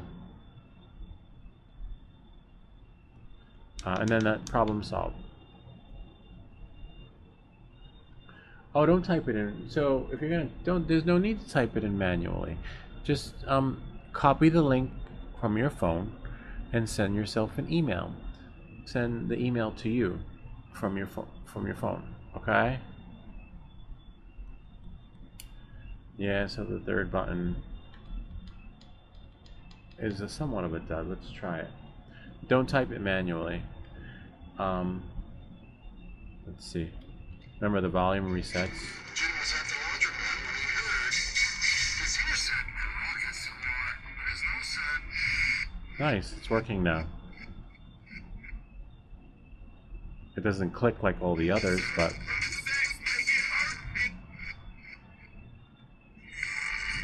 okay, good. We got it working, but as you can see, it's glitchy. It's so tight. But don't type it. You're on a phone. This is like the 21st century. Are we in the 21st or 20th century? We're in. You just copy the link, send it to yourself in an email, and then you'll have it. And it's a long link to type. It's not, and it's not an easy link to type. But if you have trouble typing it and it doesn't work, I wonder if you can do. Hold on. Let's see. If we go to DJI.com. Oh, yeah, I hate their website. I mean, they have beautiful stuff on there, but it's like an Easter egg on here. Like, I just want to find the DJI's. Oh, when you go to their website, just type in DJI Assistant for Consumer Drones. DJI Assistant. Oh. And then look, Download Center. And then software. Yeah, there you go. Except I don't see DJI Assistant for. Yeah, there it is. So it's right there. Just follow that. Type in DJI.com and do everything I just showed you. Yeah, it's like you're killing yourself if you're typing that. That's like That's like trying to type a stream code, your stream key. Even me, I'll make typos on that. I'm like, what? 79JTX1, and then I'm like, again. But yeah, do that. So nice challenging build if you're rusty and wanna. This is more advanced. This is not beginner. That sucks though. But at least now you know. I'd say beginner now because you know why? Now you know what to do. Whoops. Now you know everything to fix it, right? How to troubleshoot it, how to solder it, how to take the chip off, how to replace it, how to spend more money to get your shit working. I could have bought an MP3 player for everything that But if you want to, if this is something like you see yourself doing as a hobby, do it. I'll leave a link to all the goodies in the description so that you too can try it. And now you know how to troubleshoot. Be like, oh, that doesn't work. I need to do that. Oh, that doesn't work. Oh, could be the chip. Follow the schematics, and you test the schematics with the meter, right? And you test it with continuity and see the connection points. One, you check for continuity, like for bridge connections and the soldering. Make sure they don't bleed. Second, you check for the solder pads, right? And make sure, oh man, the antenna became a little bit loose again. Just like they said it would. That's a bummer. See? It was as tight as it could be. Not anymore. That's another glitch. Wow, I could make a list. I'm gonna make a list and see how much stuff glitched out on this thing. How's it going, random account? What is random account? What it was like? Copy.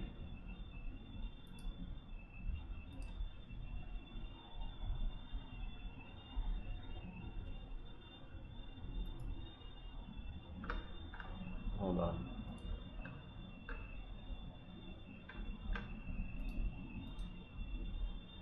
Yeah, so here it is. So the button's working, but it doesn't click. But we got it to be a little more sensitive. When we take the cover off, it's not tight, and the experience is like all the other buttons. If you have a button laying around, you could resolder it. Will be a little bit tricky considering it's plastic. You might have to do a foil tape and some other stuff if you use the heat gun. Random runner. Hey, I just found this PDB 25 more budget friendly. It's a sub 250. Oh, nice. 250 means no registration required, except for when Karen shows up. Right. Let's see. Go to channel. New world record for ping. Interesting. Oh, he's got 24 subscribers. Welcome to Chiles 274.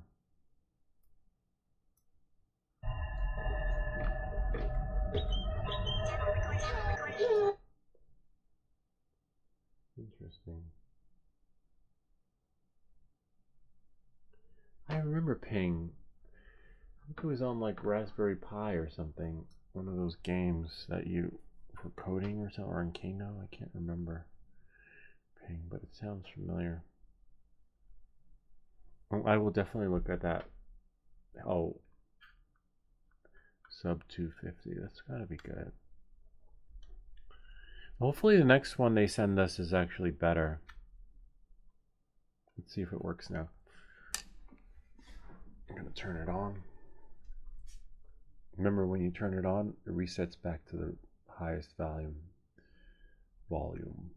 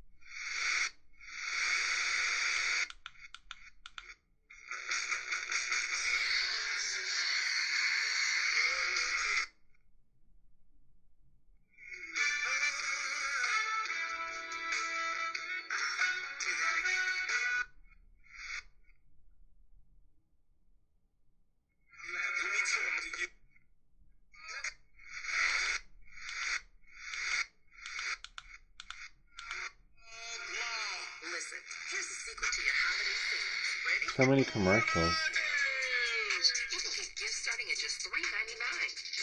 Nice. Hopefully, I wonder if it keeps the station when you boot it up.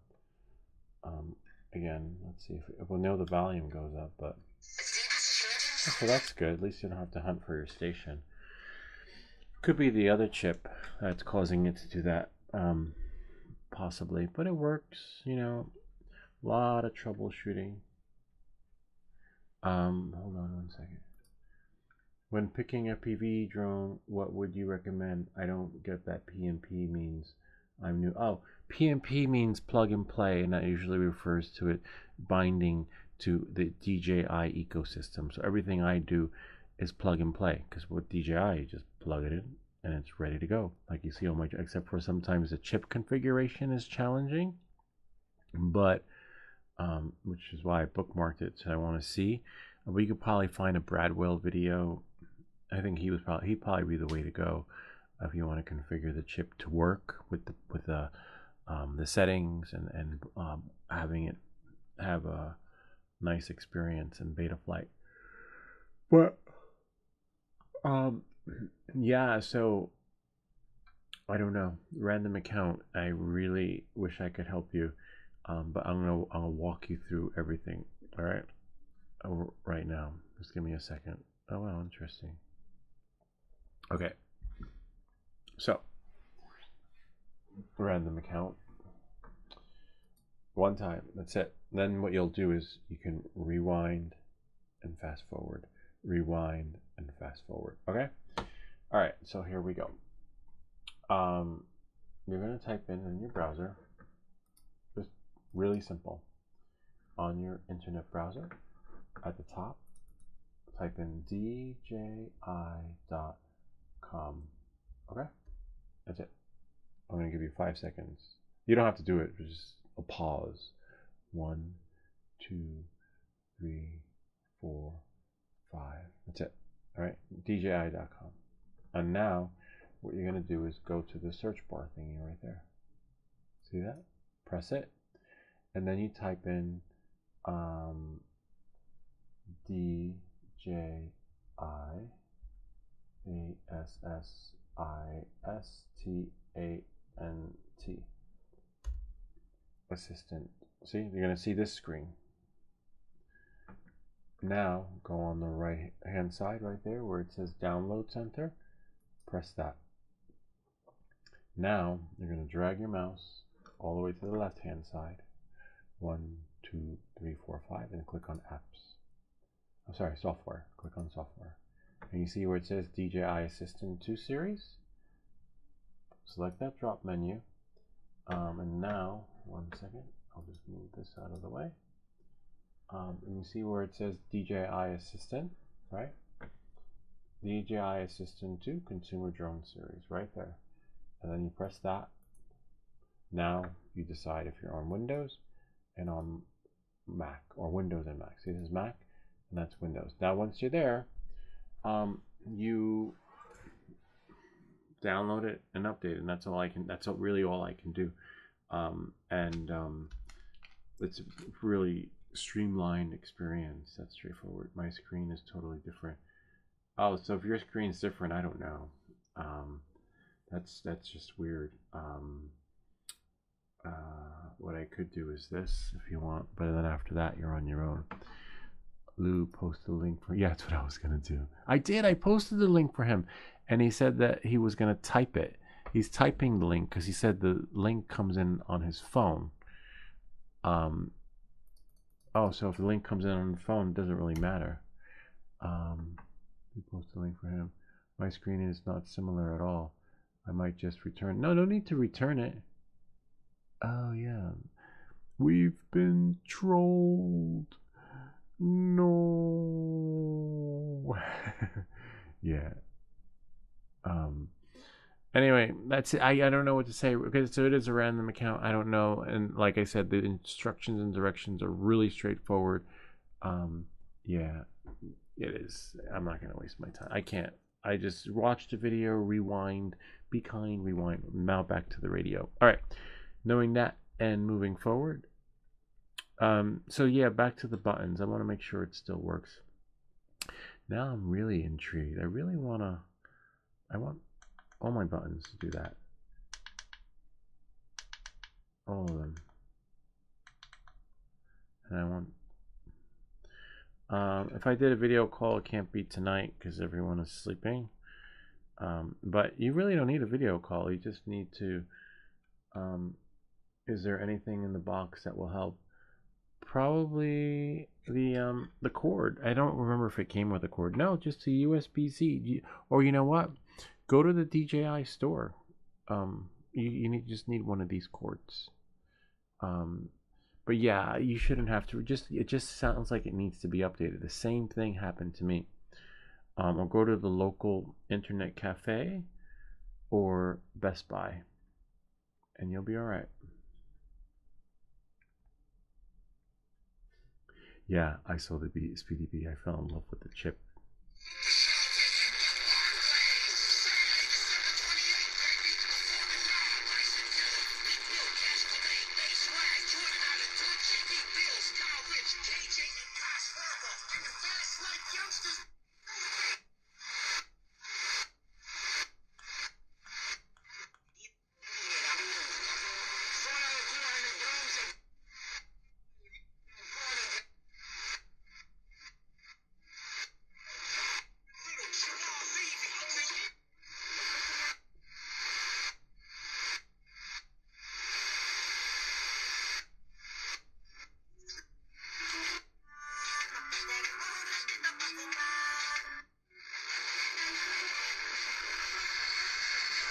No, but you can't, hold on.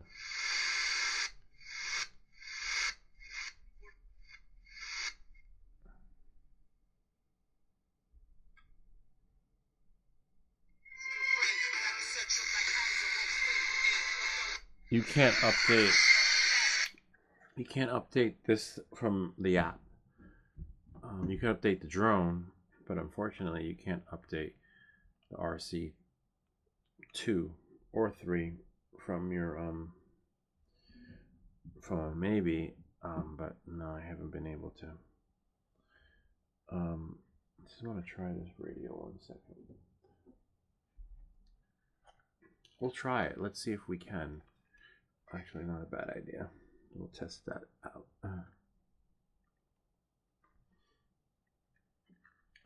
You might be able to.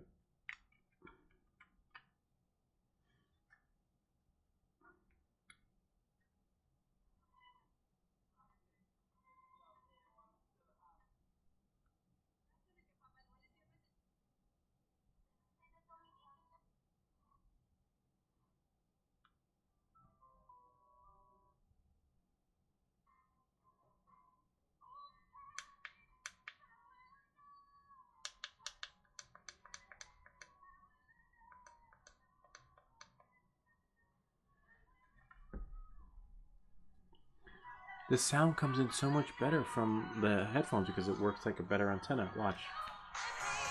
So clear and crisp.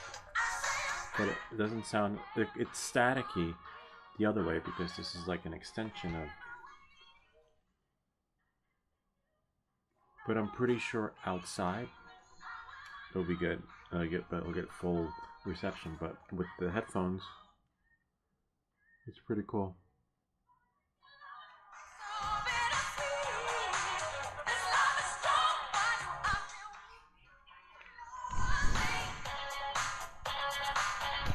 Let's see if we can play this song though. Hold on. Oops. I'm gonna type it in on YouTube. Hold on. Let's see. So I'll show you guys how to do that. Whoops. That's okay. It's not like this thing can break, right? And it'd be broken any more than what it already is. Alright, we could still fix it if we drop it. If we go to YouTube. YouTube.com. Let me see. And just go here. I can see. And then go to here. And go to YouTube Studio. And then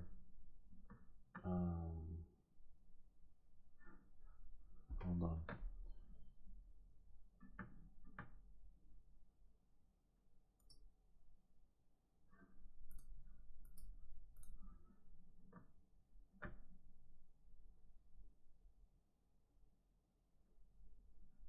Ah, here it is. So always check here on your channel. Always click copyright just to make sure you don't have any requests, any messages from YouTube, because remember 3 strikes and one day you wake up and your channel's gone. And so then what I want to do is I want to go here, YouTube Music, and then type in the song that was just playing, I Wanna Know by Whitney Houston. I wanna know.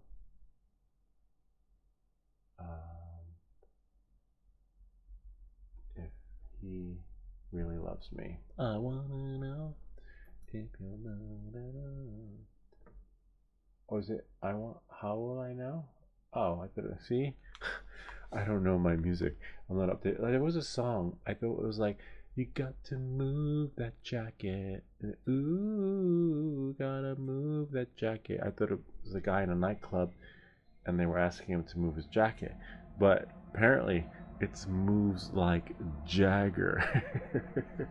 I didn't know until I was in the car with my friend. And he's like, that's not the song. I was like, and so for this one, how will I know? Not I wanna know. I thought she said I wanna know. Anyway, doesn't matter. So then we press it. Oh yeah. So you see over here, no monetization. So we lost money on this video stream, but that's okay. We'll make up for it on another video. And then, which is great though. So always check the music, because what you want to do is you don't want this. This track may block your video and its visibility, right? And if it does get blocked, then what you do is, I have a video coming out on the copyright. You can edit it in your YouTube, and then that part of the video will be silenced. So yeah, there we go. You learned something new. It's how will I know? Not I wanna know if he really loves me. What app? Back. It's the app. Hold on. Let's see. First, let me see if it works. Before I steer you in a. And oh, actually, you know what? It doesn't really matter since the links are coming to your phone. We will go here. It's called the DJI. There are 2 apps. One is called the DJI Fly app. That's a. Hopefully, we'll try that, see if it updates, but I doubt it since you're on Windows. The other app, which is really cool, Virtual Flight, right? But it's only for Android, and your simulator will work. I have a video on it, but it's glitchy on the iPhone. So there you go. And then here, watch DJI works. But if you have an Android phone, it works like the app was just released today. Let me think for a second. I have to go to YouTube and then my channel and then go here. I'm going to search for video. I have a video on it. It's pretty cool, but it's not supported. So here it is working. So try that, right? Try this one, and then just go to a Best Buy. You know, I don't know where you live. You know, those guys could care less. Like, good luck finding help when you go to the store. Like, literally, I've waited. I basically walked around waiting for someone to finish, and I'm like, you know, I don't have time to play. I want to play with it. Well, if you want to play with it on your computer, I really can't. You know, it doesn't sound like you. Just follow the directions. Scrub back to the directions I gave when I gave you 5 seconds to follow those steps. Follow those steps in the computer, and you should see that screen. If you don't, do this, okay? Then you should see it. Right? What is it? Chrome. Type in Chrome. Right? In your Google search, and download now. Download Chrome, and then do that, and then that should. Once you have just Chrome downloaded, because sometimes that does happen with browsers. The Safari version is different than the Chrome version. Then you have Firefox. Let's see. Sometimes, but device also comes into play too. DJI, and after that we're done, then we can't help you anymore. Then you're just gonna no, same website. Oh, so yeah, that's it. We're finito. We cannot answer questions. All right. Quit now. Yes. All right, great. So Chrome is great. So you're using Chrome. All right. That's it. You can scrub back to the video. I can't. No more. Okay. No mas. No more. No more. Please. Finito. I gave you all the help in the world. Now I'm back to the. Don't touch that dial. All right. That's it. Man, I just wish. Well, the buttons do work. It's just. And it does come in crisper and clear. Let's see. 101. Nice. Just doesn't have that click.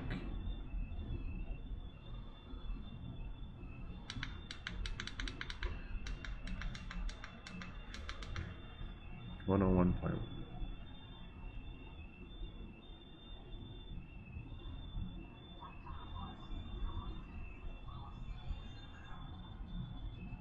Yeah, Best Buy, and they will definitely just make sure that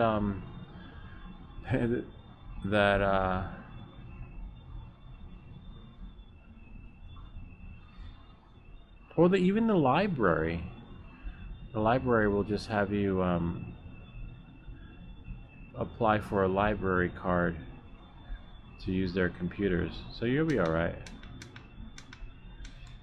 I've done that before, except some libraries have their shit on lockdown. The library here where I live, you can do anything on the computers. Kids play games. You can install a drive and see what's on your floppy.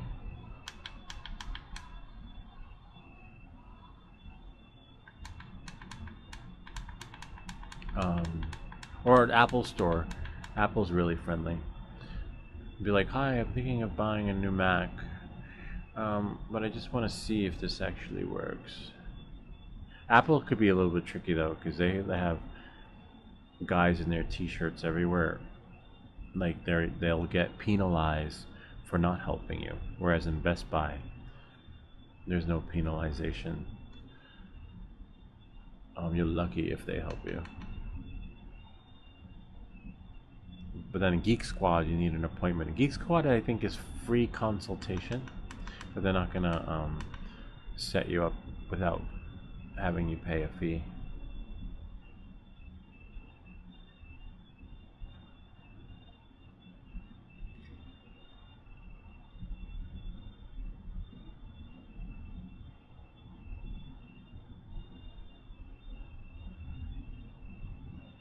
It's nice, it works, but you just don't have that. I like when it clicks, you know?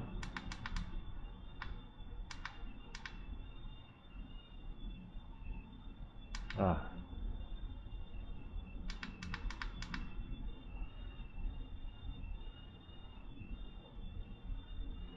There we go.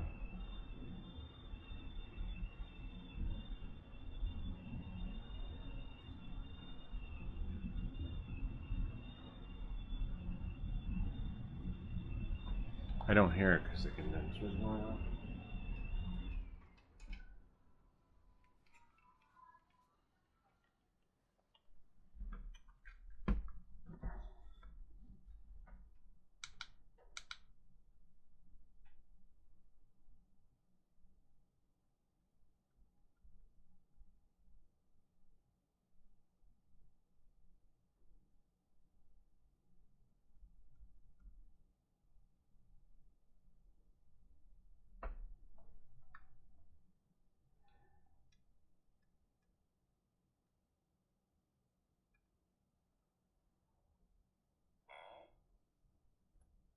Alright. That's it. I'm going to show you how I use the blow gun. It's alright. You know, like, look, the antenna. Oh, you can't see.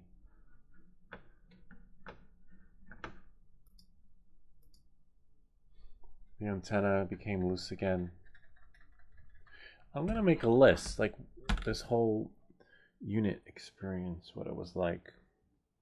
So that basically, if you have to make a list on all the things that glitch on this new thing.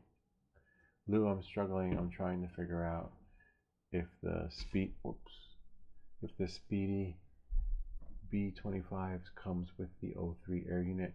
Yeah, well, you have the option if you saw. I was confused too because I didn't see it. So a lot of the good drones here just follow along. Bummer, I closed it. Hold on. Let me see if I can go to new tab. SP.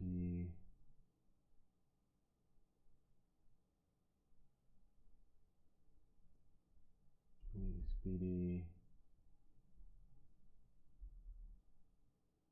B25, was that it? No, I gotta type it.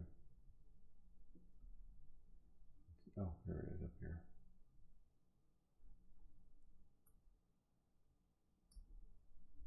Because it's on the Get FPV website. So look, at first I was like, oh my god, a $300 drone, that's so cool. And then look, you go here, because in the beginning I was like, how do I know which one to get? See where it says analog right there? Oh, you can't see. Hold on. So you're on this link, and then you go analog, and you want DJI 03, and then you want PNP, which is plug and play. It's everything I have back here. All my drones are plug and play because I like the DJI system. I don't, you know. And then you add to cart, and then you check out, and then you put it on your favorite credit card. I'm not getting it though. I just bought some stuff and I'm not ready, you know, ready for, and plus we still have a couple, I still have to unbox the Neo, and then I still have to unbox the Pavo 20 Pro. I still have to do a recap of the, oh wow, yeah, I was gonna do that tonight, a recap of the Mobula 8, and then we're gonna do the repair the what is it? I forget. Oh, Beta FPV Pavo 25 with the battery connector thing, and then so many drone videos coming up. I don't like to have, I don't want to have an FPV graveyard. Basically, is what we have going on here. But we just fixed one drone, fixed the radio. I don't like to like backup. Oh, too much backup. Too many things on the assembly line that have to be done before I can do that. By the time I'm going to do this drone, I think I will be done with everything. We're looking at 2 months right now of material coming out in the launch, right? And then we have there was another drone build that I have laying around over there. It's really cool. It's good for kids, good starter kit drone. You build it, you solder it together.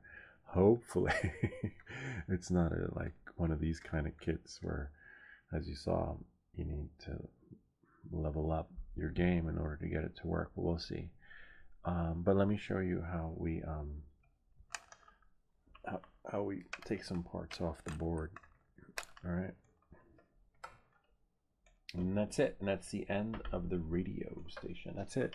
We did it. We built the radio, we fixed the radio, we figured out, you learned how to troubleshoot it to figure out whether it was your soldering or bad parts or no parts, and then we got 3 buttons working. Ken suggested filing it in, but then we're going to mess it up. I swapped them, and it does work now, but it doesn't have that pizzazz. I mean, I don't know. Knowing me, I might do another video or live stream where I take it apart again and with the right button. I just can't have like, and then, because you don't really know if it's working or not. I mean, now I do. All right, so here, anyway, enough of that. So again, when you're working on your drone and you build, this goes for you. What is it? Mark Bay? Oh, sorry, Midnight Off-Road Runner, right? Yeah, I know. I was like, you can't see. Now you can. That's good that you mentioned it, because I would have kept talking. Let's see. I'm trying to figure out Speedy B. We can't see. LOL. Okay, I hope it's the same for the B25. But you know what? The good thing about this website, what is it? Get FPV? What is it? Hold on. Is that they?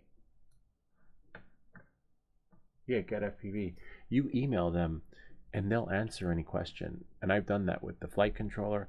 I've done that with some drones I got from them. I've done that, so which is great. So don't be shy, and you know, ask, because it's a lot of money to cough up, and then to find out that after you buy it you can't return it because of international, depending on where it's shipped from. Anyway, so just do that. Ask them. Tell them what you want. Tell them what you have. Tell them you want to work with the DJI stuff. And again, everything is plug and play. And then make your purchase that way. Let's see, hold on. It's a shame we could dual stream on the same channel with Neo. I know, right? That's crazy. Okay, so I would recommend getting helping hands if you're gonna build a drone, but this one sounds like it comes together. Except you might have to take it apart to put the O3 air unit in, but unless you buy it. But it doesn't look like, I don't know, ask them, because look, it says $329, right? Oh, that's for analog. Okay, and then look, the price bumps up to $600. Oh, you know why? Because all the work was done for you, so you're paying for the luxury of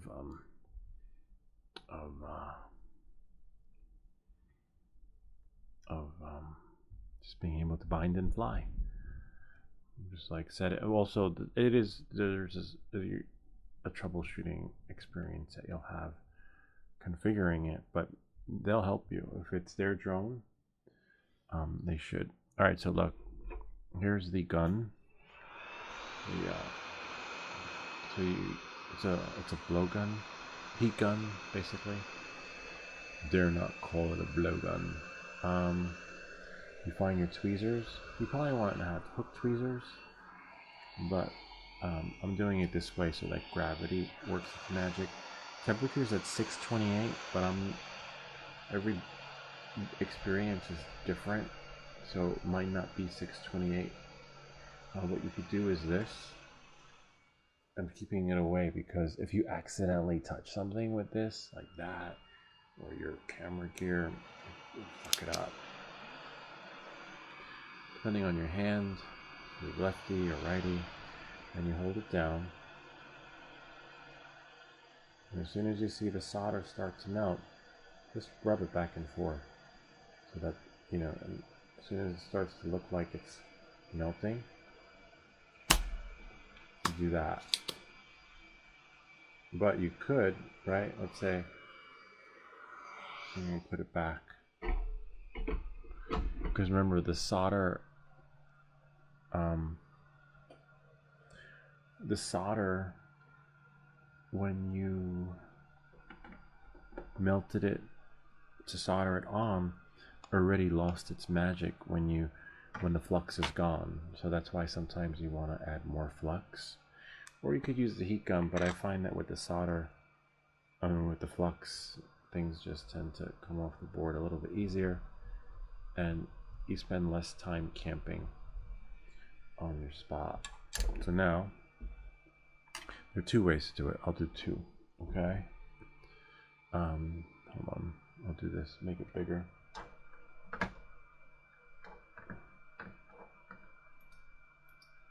That's weird because that should have shut off. Oh, it is shutting off. The temperature's dropping. So now let's do it with the solder work thing first. And then I'm going to do like this.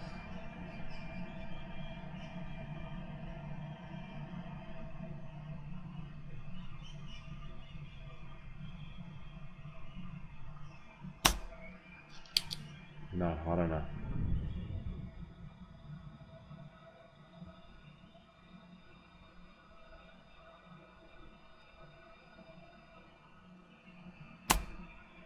Nice. And that should be enough, right, to apply heat and then hold it underneath and then pull it. Let gravity work its magic. See? And I got it out. Now, just depending on your setup, I gotta do that because as you saw, the microphone's in the way. Now, put it there, or you could shut it off or let it cool down. We will see if we got a good here. Now, here's the part, but we're not out of the ballpark yet, because now we got to see if we apply too much heat or too little heat, and then I'll show you how to take it out another way. So we're just going to put this here, because remember these are LEDs and they're plastic, so too much heat, too much camping out will leave you with, and I'm no expert, so don't say I saw the guy on YouTube do it, and then we'll test it, and then we pray it lights up. See, we did it.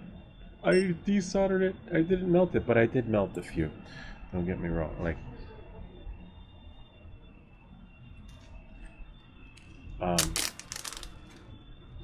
because it took practice. I had not done this in a while, you know.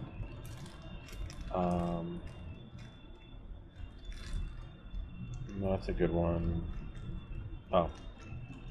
So when you apply too much heat, basically you lose all your connections and the thing just melts like a Laffy Taffy or a Jolly Rancher. But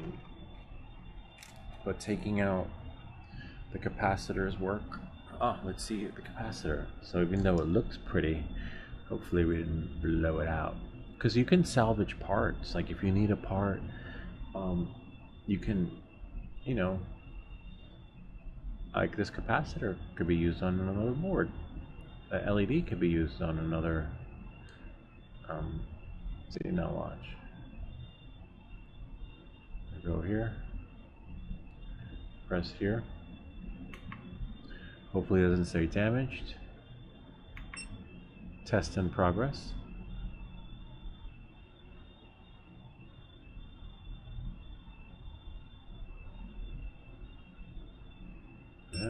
Nice, and there it is. It says 2.2 ohms, 9.5 UFs. I think it's a 10, so we round it off. Yep, it's a 10 UFs. And in case you're wondering, I can show you on the, that's good. So even if you salvage a part, you still got to test it, because if you know it looks good, good looks won't only get you too far if you burned it out. But hold on. And now we'll put it under the microscope, because you're always going to get a percentage off. Hopefully we don't lose our stream, but I'll show you on the computer. As you know, if you've been watching my live stream, sometimes when you connect and disconnect stuff, you lose your camera. Last time, but we have a way around it. Alright, so let's see, go here.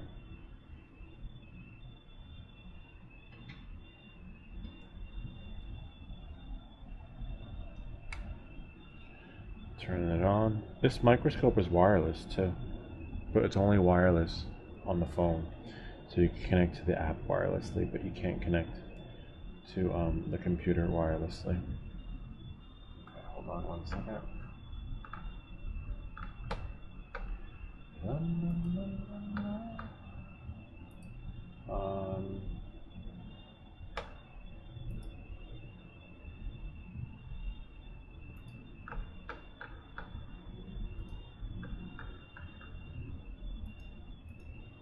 Okay, so here we go.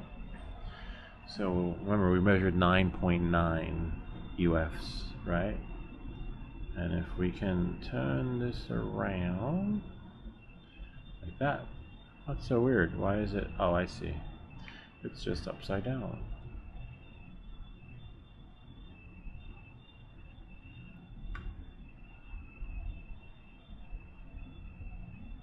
See? We got 10 UFs. So it's a 25 volt, but 10 UFs. So it's good. So now we have a good salvage part. But the hardest part is probably taking off these surface mount chips, because look, you have so many different solder connections. So I'm gonna go to the dump this week or tomorrow and see if I can find more boards that have like this, because you really want to work that craft if you're gonna get deeper into electronics, because with this you only get one take, right? And you know, if you mess it up, you could like in the beginning when I was experimenting with it, right? If you mess up too much heat, right, on the board will cause it to like become bent and warped. Then you really screw it up. But I think the next thing I want to practice on is to remove this chip. And sometimes the heat gun isn't always the way to go. You might have better luck using a desoldering gun. Like if you see that some of those videos online where the guys use a good quality desoldering gun, you know, you're not going to melt any parts, especially if there are plastic components next to it. So you know, that's when you're ready to level up. But with this, you see why you can't use your hand, because what are you going to do with the other one? Like, you still need to desolder it. You still need to use this thing, the solder wick, right? And then you got to blow it. You got to move it around, and then pray. That's why it's better to not do it like this, right? But you can. No one says you can't. But you don't get a lot of luck. And you run the risk. And don't forget to put the flux on, because remember, or even solder. Solder could work too. Solder might streamline the experience, but I'll show you with flux. We'll test it. We'll see. I mean, this is a shot part anyway, right? What could possibly go wrong? They sent it to us broken. We'll do two ways. One with more flux. Now you see it's hard to get flux on with the plastic thing, so you kind of need the paintbrush so that you can paint it on. Right, so we're going to try paint on the flux, right? And then we'll try another one another way. Except Is that my screen? Huh. Interesting. Where's this? Hold on 1 second.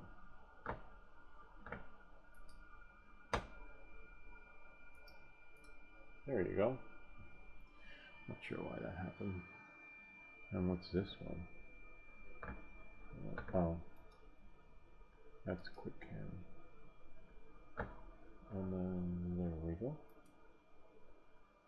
No, that one's upside down. Oh, so it was the other camera that was upside down. Okay, so then we want this one. There we go. So always point your gun away from your stuff. And then now when I apply heat, it should be less time on the board. You know, because remember, you don't want to spend time camping on here. Right? And so like that's going to take forever for each one. So we know that's the forever route. And that'll damage stuff because of the chips on the other side. So what we can do is apply more flux, right? And then find our helping hands. For memories.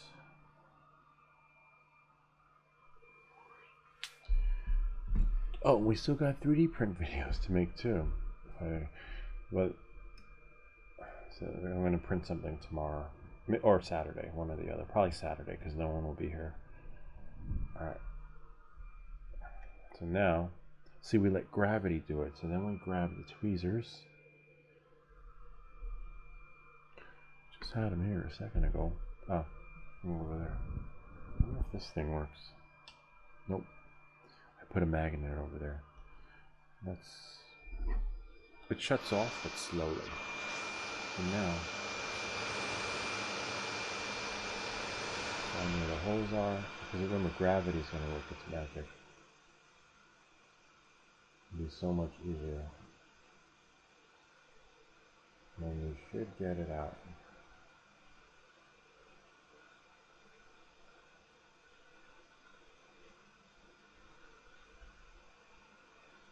In the videos, when they do this, they do it in hyperlapse, which means that it does require more time.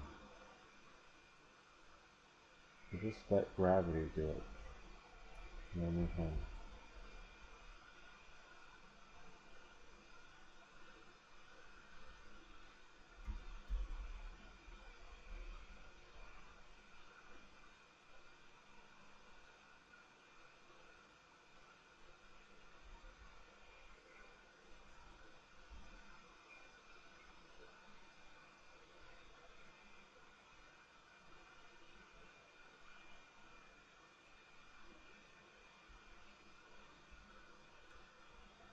Could blow it, right?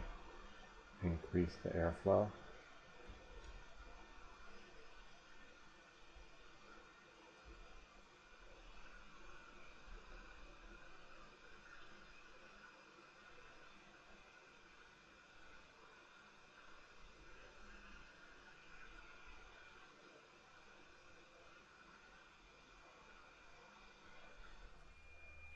Hold it straight though. Remember, sometimes you could have other components next to it, and that'll mess up the whole experience.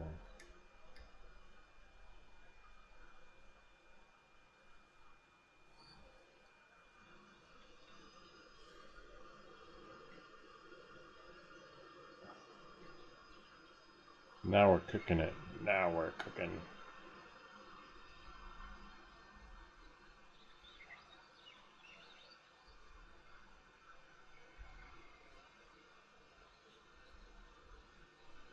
And sometimes you need more solder. Like we can cake the solder on, right?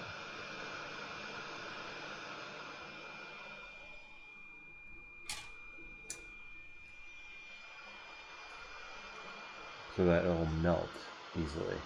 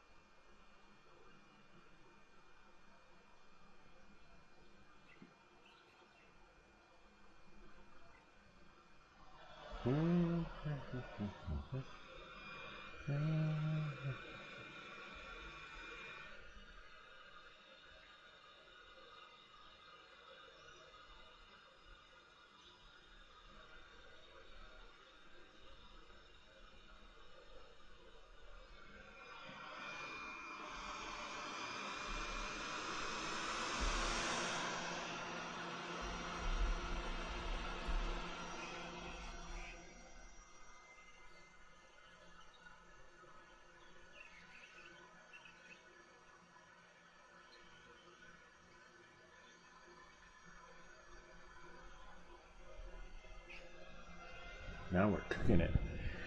It's not working.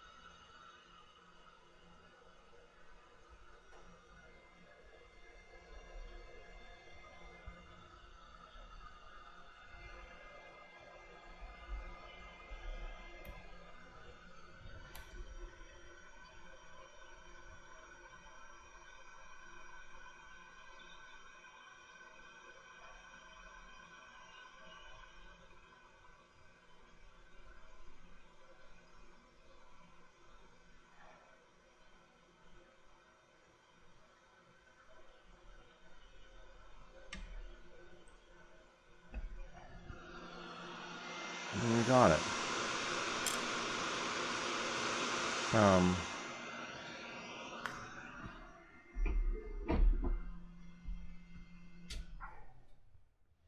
It'll be hot. I think it could have used more flux, but we didn't damage the board. It's still good.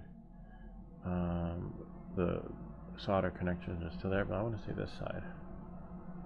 No, it's fine. It's a little warm, but no, it's still good. Nice.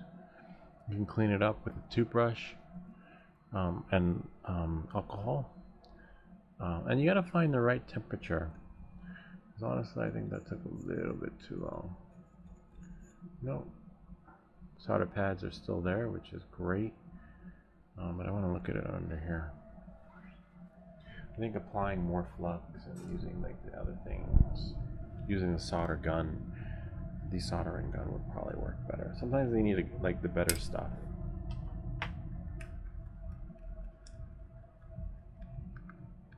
Nice. Oh wow, cool. All their pads are still there. I was a little nervous. Da, da, da, da. Nope, all good. Nice. It just has discoloration from the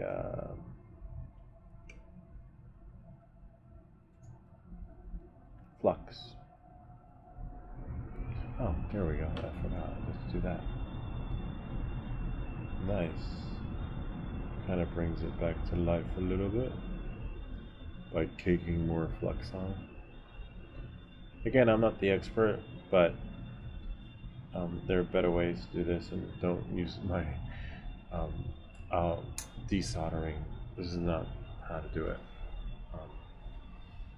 But I would my plan is to practice more on this. But you'll never have to do this on your flight controller.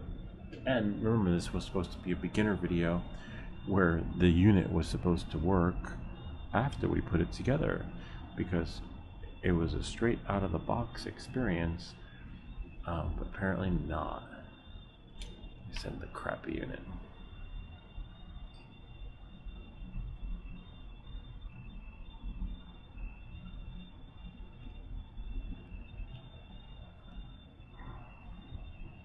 Yeah, the chip is salvageable. I don't know, you know, and sometimes too much heat can actually fry the unit.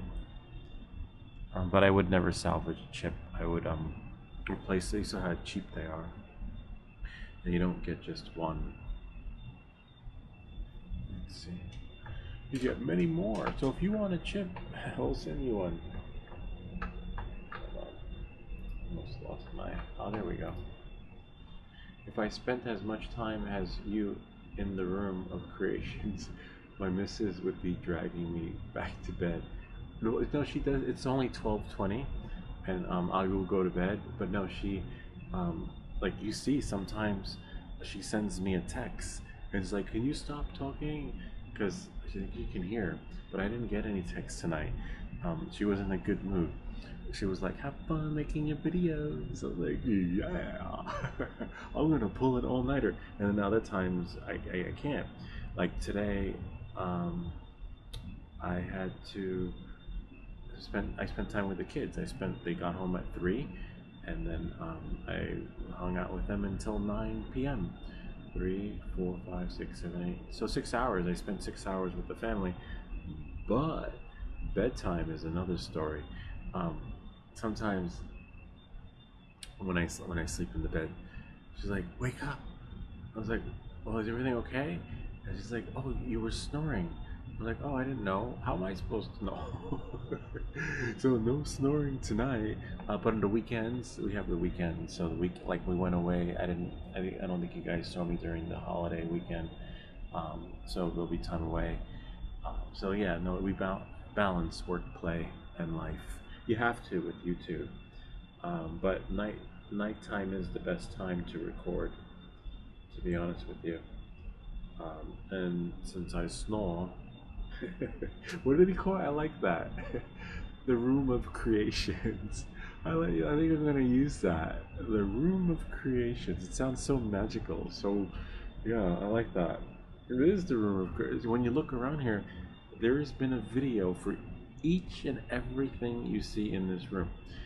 And if there hasn't, there will be soon. Yeah, so which is kind of cool. We've got lots of material in the works. It's like I just don't have enough time. They were like in that episode of The Twilight Zone where the guy had all the time in the world to read all the books he ever wanted, and then he broke his glasses and he couldn't read anything. Oh, the Twilight Zone will be coming on during Christmas time. Whether you celebrate Christmas or not, the Twilight Zone movie marathon will happen worldwide on all the cable channels. Whichever channel they show it on. It might be the Sci-Fi channel. But yeah, I gotta go to bed soon. So it's 12:23, and a lot of times when I'm doing the build videos, Room of Creations. Yeah, I like that. Mine just gives me the death. Oh no, I don't get the death stare. You saw the text. What did she say the last time? She said, I'll tell you what she said.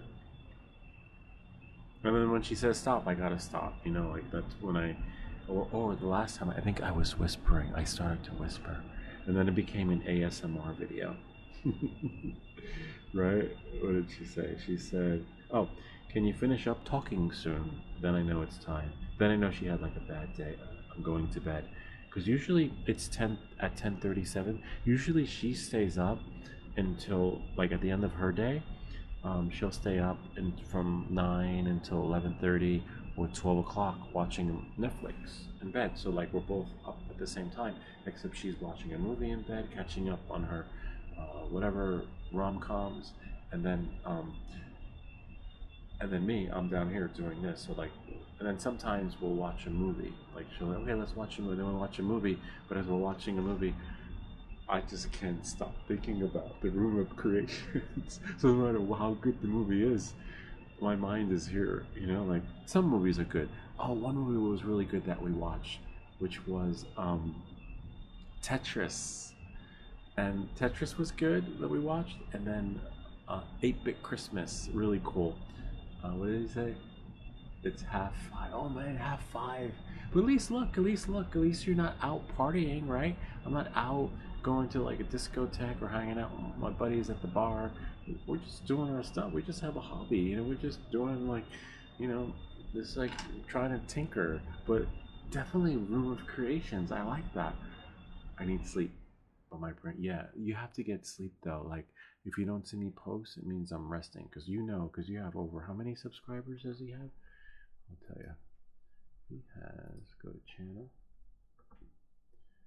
103 subscribers. But you know what it's like the burnout that comes with it, you know, when you're tinkering and you need to rest. And if you don't rest, you're not at your best. Literally, I learned that the hard way. So no matter, sometimes I'll pull marathons, but then if I don't, after the marathon is over, you know, I take taper down. We have some good stuff on your channel. DJI Avata 2 full manual flight. Oh, now this is nice. DJI Mini 4 Asteroid. This one must be new. Oh, it's 1 month ago. I don't think I saw that one. Oops. Nice flight. Yeah, I don't do TikTok. I barely handle Instagram, which I just, you know, I don't. So many platforms. Wow, nice flip. Oh no no. Oh wow, I thought you were gonna hit the tree. Oh wow, it looks like you did like the speed ramp. I'm a big fan of speed ramp. That's a cool video. Oh yeah, it looks like I like the transition. What transition is that? That's really cool. Like zoom in and wow, this is a nice flight. Wow, you really went into like the narrow spots. Huh, I'm not there yet. That's hard, flying in tight spots. Nice flips though, your flips are smooth. Mine are, if you've ever seen my flips, they're like shaky. They're sometimes they're smooth, but not like yours. Yours are consistently smooth. Wow, this is nice. Even your rolls. Wow, your rolls. My rolls are smooth. It's the flips. Well, I think sometimes. Either way, I don't know. I can't get my flips and rolls to do that. When I do, it's just luck. It looks like you spend a lot of time flying. Huh. I like that transition though. When it transitions to the next scene, but it seems like it's part of the same flight. That's a cool effect. I've never seen that before.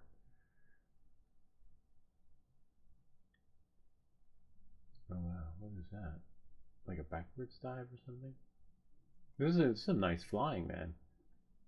Really, I like the transition though. I've never seen one like that before. This is really cool.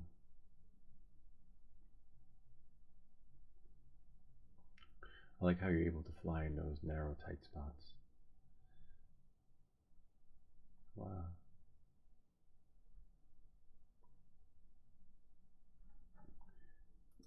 Really cool. Wait, this is my first time flying with the DJI Control 3. Wow, first time. You must have spent a lot of time in the simulator because you see me fly. I don't fly like that. Wow, that's impressive. But not everybody, you know. I guess because I spend more time fixing stuff in the room of creations. You know, like, yeah, that's good though. You keep out of trouble, you know. 6K on TikTok. That's so cool, but yeah, because you have to decide which platform. Like for me, I have almost 3,000 subscribers here, and on Instagram maybe 100. But Instagram, I don't spend time on it because you see that you have to spend time on your whichever platform you choose. But YouTube, you should try because YouTube, once you get monetized, things will work out pretty good. I changed my rates a little, copied a YouTube. What are those rates? Can you post those rates here or send them to me? Because I'd like to. They're really smooth, but as long as they're not in bullet time.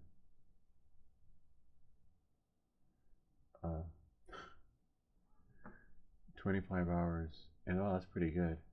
And I just went ham. I did crash a few times, but doing show crashes. Ken, yeah, DJI. I don't know. I'm on the fence with the flip. And again, I have so many drones I have to make videos for, but I hope before the flip comes out, DJI fixes the issues that the current Neo is having, which is not very nice, you know. And I don't want to spend my money on one drone when they haven't even fixed the other drone. I mean, I will eventually get it. I waited when I got the Avata 1. I think I waited 6 months to get it, and I don't regret it because when the Avata 1 came out, when the Avata 1 came out, if you look on all the Facebook feeds on the Avata 1, people are having so many issues with it. battery flying out from the sky, the major pop wash issue. It had so many issues like the Neo. And then when I bought the Avata one, I was like, what are they talking about? Apparently the next batch or a few batches of production, they fixed it so the battery wouldn't fly out. My experience was, how do I make this thing faster? And that's when I did the motor upgrade and I took it apart. There's a video in there that I have on that. So I think with the flip, I'll wait. And then again, I want to fly that one. I want to do like more like midnight off-road runner, flying the Avata more. Because you'll see, the more drones you have, the less you fly your go-to. And even if you rotate them, then it becomes like an FPV graveyard. But I want to fly the Beta, the Pablo Pico 25. Can't wait to get that one going because that's full manual. This one looks like a flying Da Vinci horse carriage thing. I feel like DJI is running out of ideas, or maybe they're having AI. Like they type in, "Can you build me a drone that will fly?" Oh, so is it going to be? How expensive is it going to be? Yeah, Ken got like 4 drones or 3 drones. How much is the is it, this new drone going to cost people? Oh, he emailed. Oh, nice. He emailed it to me. Hold on, let me check.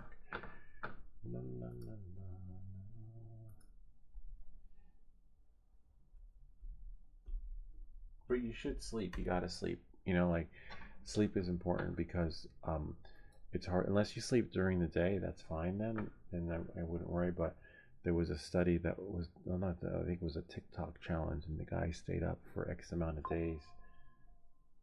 Nice. Oh, well, yeah. Why am I checking it here when I can do it on my phone?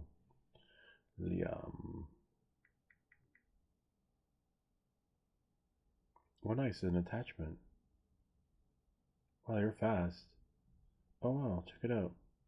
Oh, his rates. Oh wow, you even have, what kind of controller is that?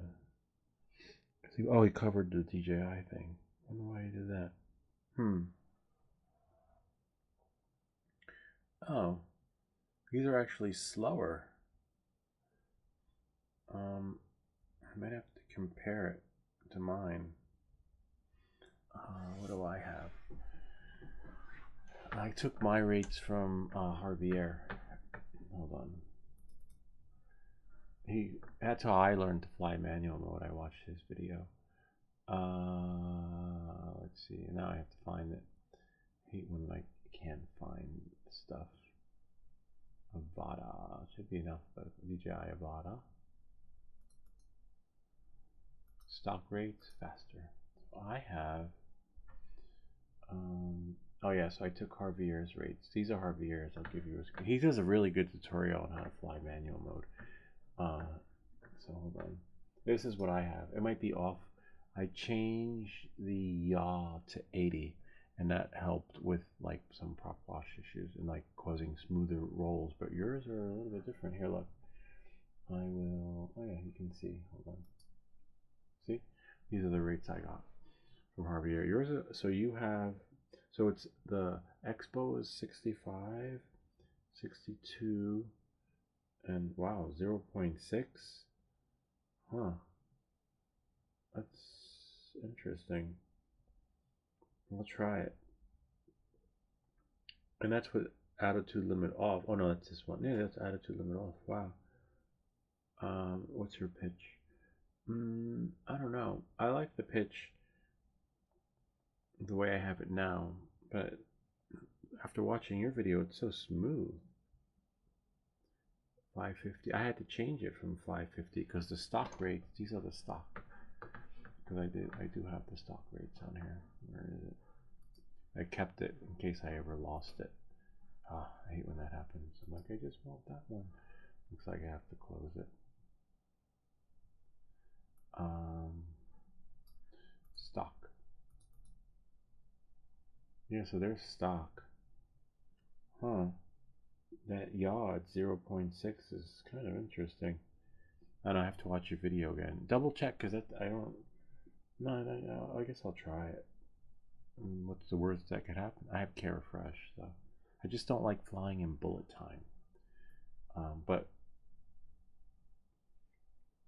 when the max rate is different compared to oh, I see the max rate. Okay, this is stock rates, and then where's Harvey rates? I don't know, oh, this is stock, and then we want faster. See the faster rates, it's sped up. Well, not that big of a difference, but it does make a difference in flight. Let's see what Midnight Off-Road Runner. They definitely help with your control. If you're new, you don't panic as much. It gives you time to think about your next. Oh, I like that. Okay, then I will definitely try it. Oh, Ken doesn't know how much it'll cost. I think the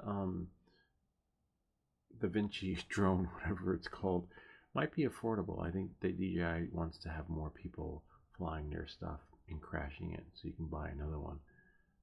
I was a bit skeptical about it at first, but you'll notice a huge difference. You don't get much prop wash at all. Okay, I'll try it. You know what? I'll put it in the drone now. This way, the next time I fly, I will test out the rates. Hopefully, it's nice tomorrow. So let me clean up first, and then we'll do it live in real time. I mean, I'm not gonna fly, but I will put the rates in, but I just need to clean up this mess. Just organize a couple of things, you know, not everything. Because you see what happens when you have too many projects going on, you know. It's really cool though, able to figure out that. So that's the right temperature for the LEDs. But I have to figure out, I want to go to, again, the junkyard tomorrow and see, excuse me, what I can salvage to practice on when it comes to microchips. Sometimes people will post in the neighborhood forum or Facebook group saying, throwing out, must pick up, free TV. TV would be interesting to take apart. Right? Only because they don't want to carry it to the recycling center. Sometimes some old lady is like, can you get rid of this for me? Sure. Sonny, I used the same rates for the Neo, and as you saw in my Neo video, it looks, yeah, it does. I'm going to put them in, trust me. Give me 2 minutes, and this way, the next time I fly my Neo, I am ready to go. Oops. Just getting all the garbage out of the way.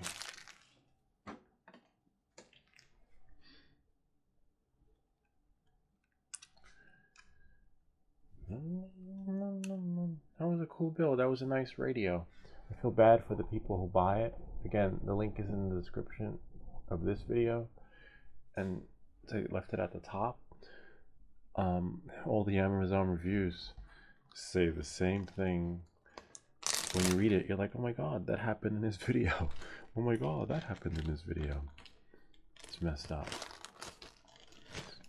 But that just goes to show, like, they're not building quality stuff anymore like they used to, you know? Now everything's crappy. Which is a bummer, a real bummer.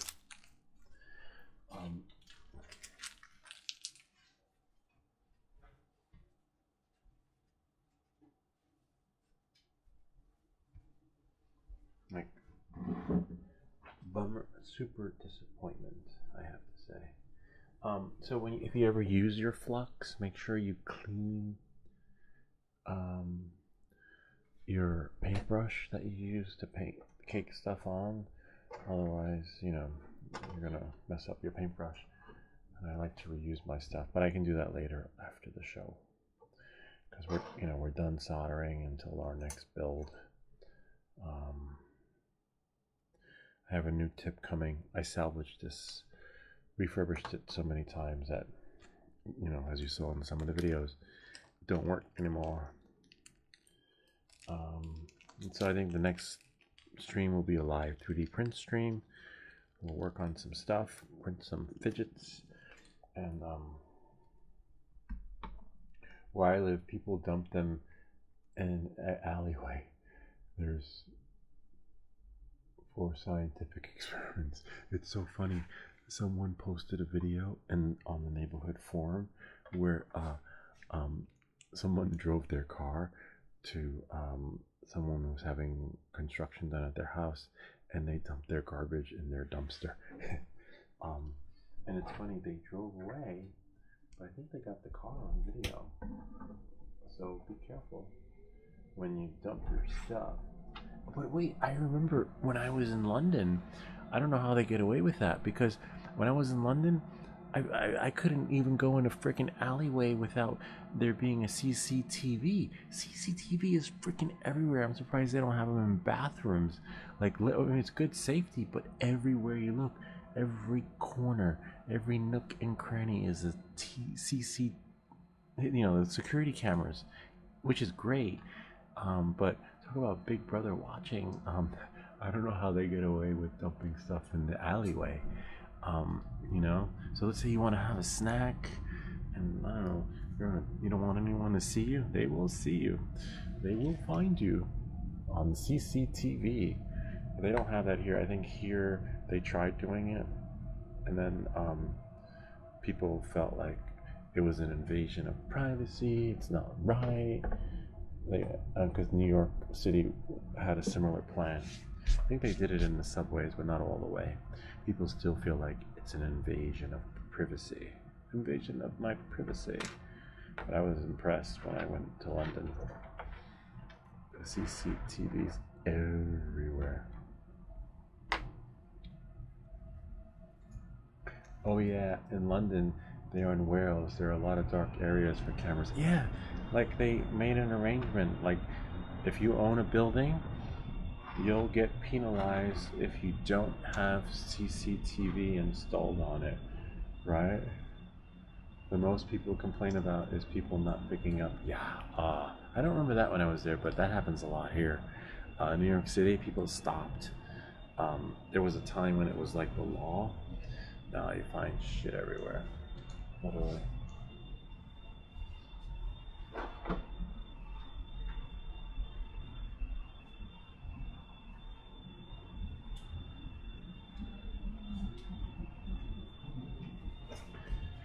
Whoops.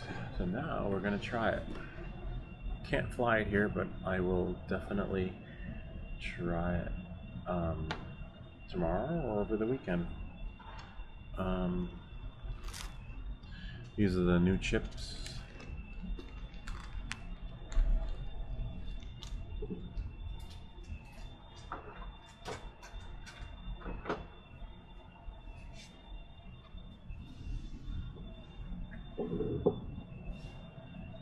Okay, I think that's everything. After the show's over, I can turn off the lights. Bummer. And I still got another video to make. I have a video to make because the company sent me some batteries to test out, which are really cool. I can't wait to try them. So I have to work on that video too.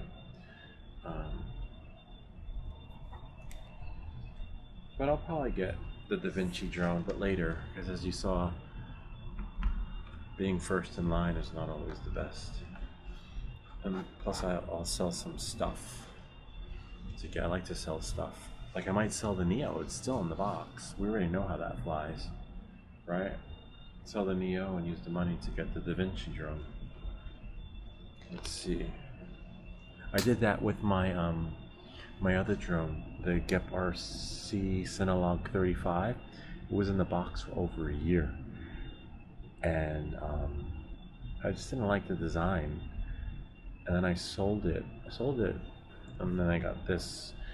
Some guy, hardcore FPV guy, showed up with his goggles and everything, and binded it, and flew it in front of Starbucks. I was like, wow, this guy is good. I couldn't do that. I have to be in the open space and clear. And he's okay. He gave me the cash, and then I got this one instead. I don't know. I might do that with the Neo, because I don't know. I feel like it's a gimmick drone. And you get more money if it's still sealed in the box. Let's see. But it's still here. Where is the Neo? Oh, it's over there. Okay. And then I'm going to bed because I actually have to get up early tomorrow. So this can't be a late night. Unfortunately. Alright. So we go here.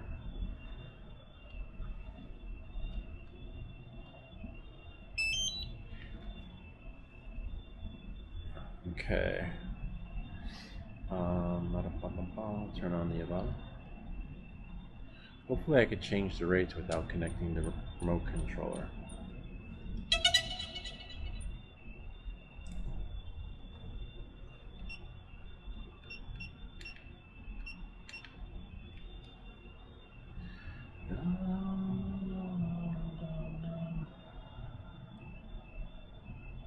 Oh, I have to switch it because it was connecting to the 03 air unit. So now I need to change it to the Avada.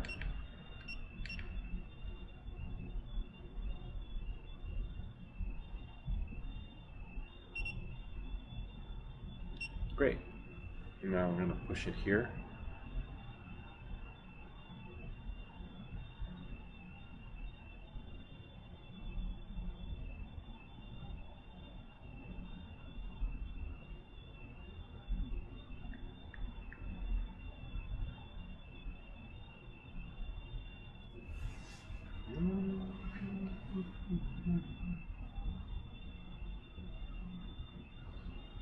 DJI goggles.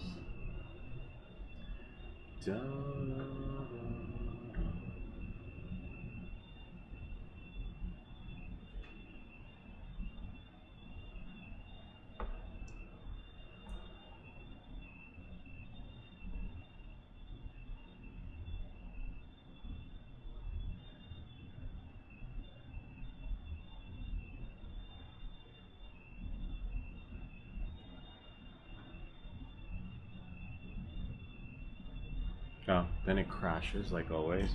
Now I can push it. I think. I'm not sure. I think you're only allowed one wireless experience at a time. Hold on. Yeah, so I gotta do hardwired. I forgot. If I'm wireless here, I can't be wireless there because the wireless connection is here isolated, whereas that's why I'll do it hardwire.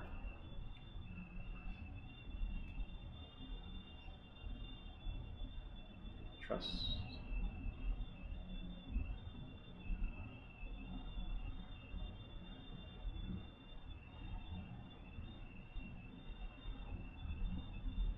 And when you do that, oh wait, hold on, I got a text. Ken.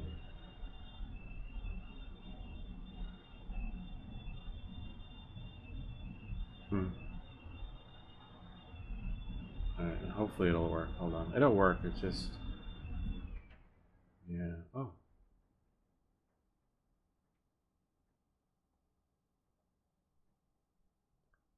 I have to reboot the phone.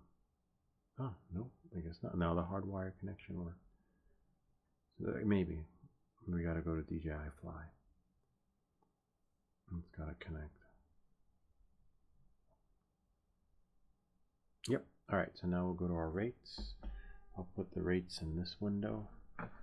And then, isn't that nice? It's wireless. Hold on. And then we'll go to my email. And go here. Whoops. Okay, I'll go there. Now I'll go back. Where did it go? Oh, right there. And now I'll go here. Oh, I think I need to connect the remote, right? To get the rates. Hold on one second. Oh, I logged into the wrong account anyway. Hold on.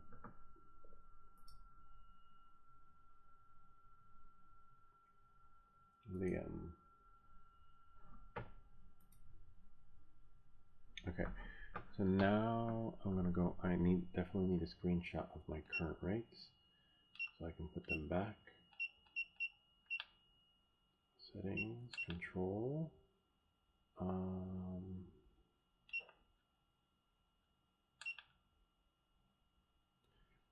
Yeah, I need the remote controller to be on. That's alright.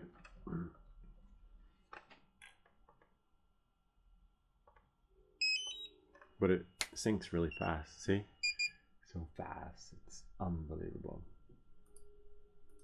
Huh. Oh, I'm trying to use my mouse to control it. Alright, hold on 1 second. Let's make sure that we're still feeding the crowd. Where is Minicam? Yep, we're still there. Alright, so now I'm gonna go here. Remote controller. Gain and expo. Okay. Now I'm gonna go to that screen. Well, before I go to that screen, I want to save these because I can send it to my phone. Actually, whenever you do this, make sure you have this on so that if it falls, nothing will happen.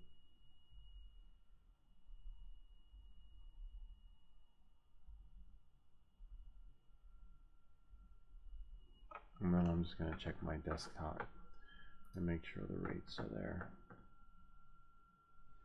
Wait, what was Command Shift 3? Yeah, Command Shift 3. Okay. Then we'll go back. Command Shift 3. Yeah, now I got a screenshot of my rates. Send it to my phone later so if I'm at the park. Okay, so now we're going to change that. We'll start with 190. Wow, 190. Interesting. Yeah. Alright. 190. Next one is 550.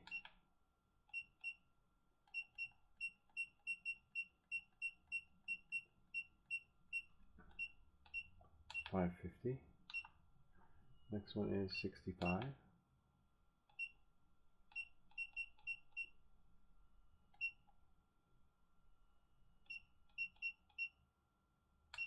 Okay. Now we're going to go to pitch. 180. Fine, I have that.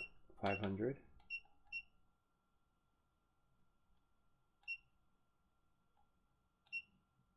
Okay. Next, whoops.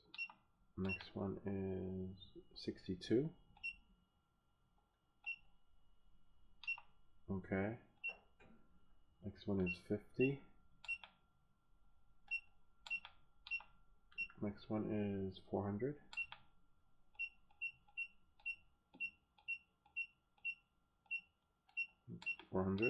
And next one is 0. That's the one that bugs me out. Like, how could it be 0.6? 0. Alright, 0.6. Oh, because it picks up from 0.59, so you're actually increasing it. Got it. Alright. So double check your numbers because it is late at night, and as you tell, sometimes when we're sleepy, we make mistakes. 190, 550, 0.65, 180, 500, 0.62. Okay.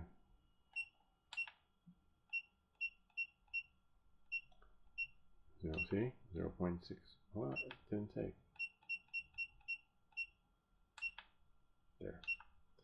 Okay, and then we have 50, 400, 0.6. Again, double check because you see I'm tired. Like it's one of the, and I gotta get up early. 190, 550, 0.65. 180, 500, 0.62. 50, 400, 0.6. Good. Now we're going to back screen. And then double check, make sure it's saved because sometimes it's DJI. This shit's glitchy. But great though, like when they work, they work. Alright, yeah, we're good. Everything saved. Alright, he looks a little bit like Ken Dono. He's like the Spanish version of Ken Dono. Alright, and now we go there, there. And then I believe that's it. Anything else that needs to be done in here? Nope. Settings. Okay, now we're good. No need to play with it. If it ain't broken, don't fix it. Otherwise, you'll be trapped in the room of creations for hours. Great. Thank you. I will test it. I'm always open for testing new rates, you know. and sometimes they make you better pilots. But for sure, at first you're going to be the worst pilot until you like practice with the new rates. And it's nice to get out. We're gonna get another flying video thanks to you. So that's cool. So hang on. All right. Oh, let's close this out. How do I? Well, stop mirroring, or we'll just bring it to another screen. And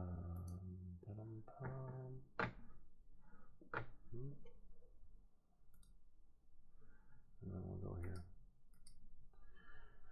That's it. Whew, that was quite the workout fixing that drone. I'm going to put everything in the bag. This time I'm putting everything in the bag. Last time I went flying with Ken and I forgot my goggles. We had everything to go. I had my stuff, I put it out, and for some reason, I don't know what I just forgot it. I forgot to pack them. But Ken let me borrow his and I was able to fly my drone, the Mobula 8, which was falling from the sky, and he had to retrieve it every time it fell. But now we know why. Now it'll just fly. Now it works. So just shut that off. See, so you can only fly so many drones, you know, and then it becomes expensive because you, if you don't fly the drone for a while, the batteries sit and they sort of like lose their pizzazz. Then you have to get a new battery or fly that drone more frequently, so the battery doesn't become part of your FPV graveyard collection. Or you can do a storage, what is it called? Storage, whatever it is, storage mode for your batteries. But I love this. I like the stuff that, yeah, I like it all. It's all fun. It's just like you don't have any time to fly everything. Anyway, so this is ready to go for tomorrow. Before I got some stuff to read up on. Just making sure everything is in order. I gotta wash this thing and then go to bed. Because as you know, sleep is important.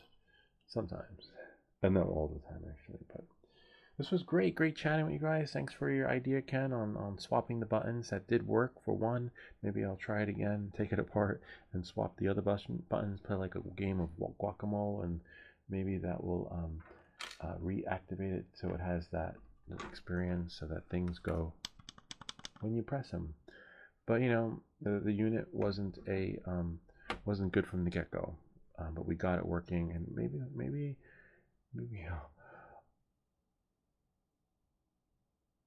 I'm gonna fix it. This radio costs more to repair than it is to buy. Alright, it is what it is, right? It happens to the best of us. Alright.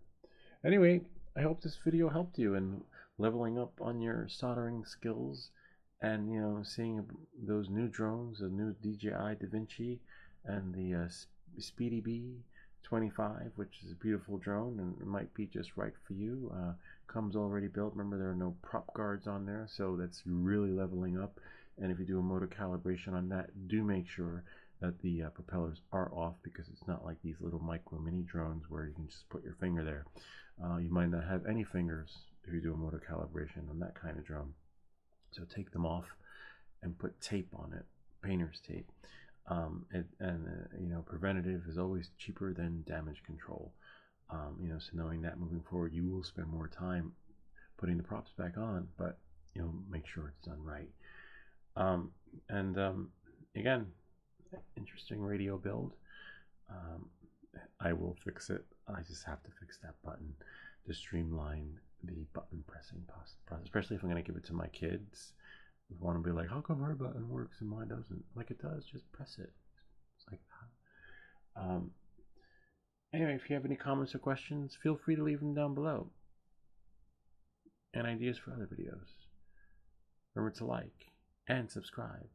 And I'll see you all next time. Alright, that's it. The show's over. I'm just going to check my comments, see what you guys say. Avada 2 is still, it's Avada 2 is the best. I like it. I swear I just saw a flashing yellow light on the Avata. Hopefully not. Well, you might have on the top. Sometimes on top there's something that'll flash different colors, but it's not a good sign because I have not seen yellow on my Avata. So I did get a error on my goggles that drove me crazy, and I figured out how to fix it. I had the drone stuck in transfer mode. Anyway, this was great, and I'll see you all next time.